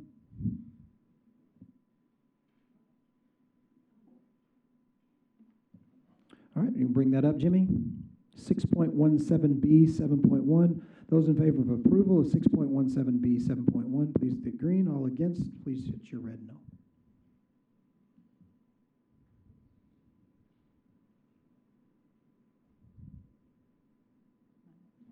You won't talk. All right, motion fails 3-4. All right, now we're next moving to 6.17B 7.2. Is there a motion to approve 6.17B 7.2? Thank you, Ms. Patterson-Harris. Thank you, Mr. McBrayer. All right, Ms. Sager, 7.2. This is in regards to the maximum building height for vertical mixed use in the HDR district. It is currently at 75. The proposal is to limit it to 45, but allow the max building height to be increased with approval of a specific use. All right, thank you, Ms. Sager. Is there any questions of Ms. Sager on 7.2? All right, Jimmy, if you'll bring that up.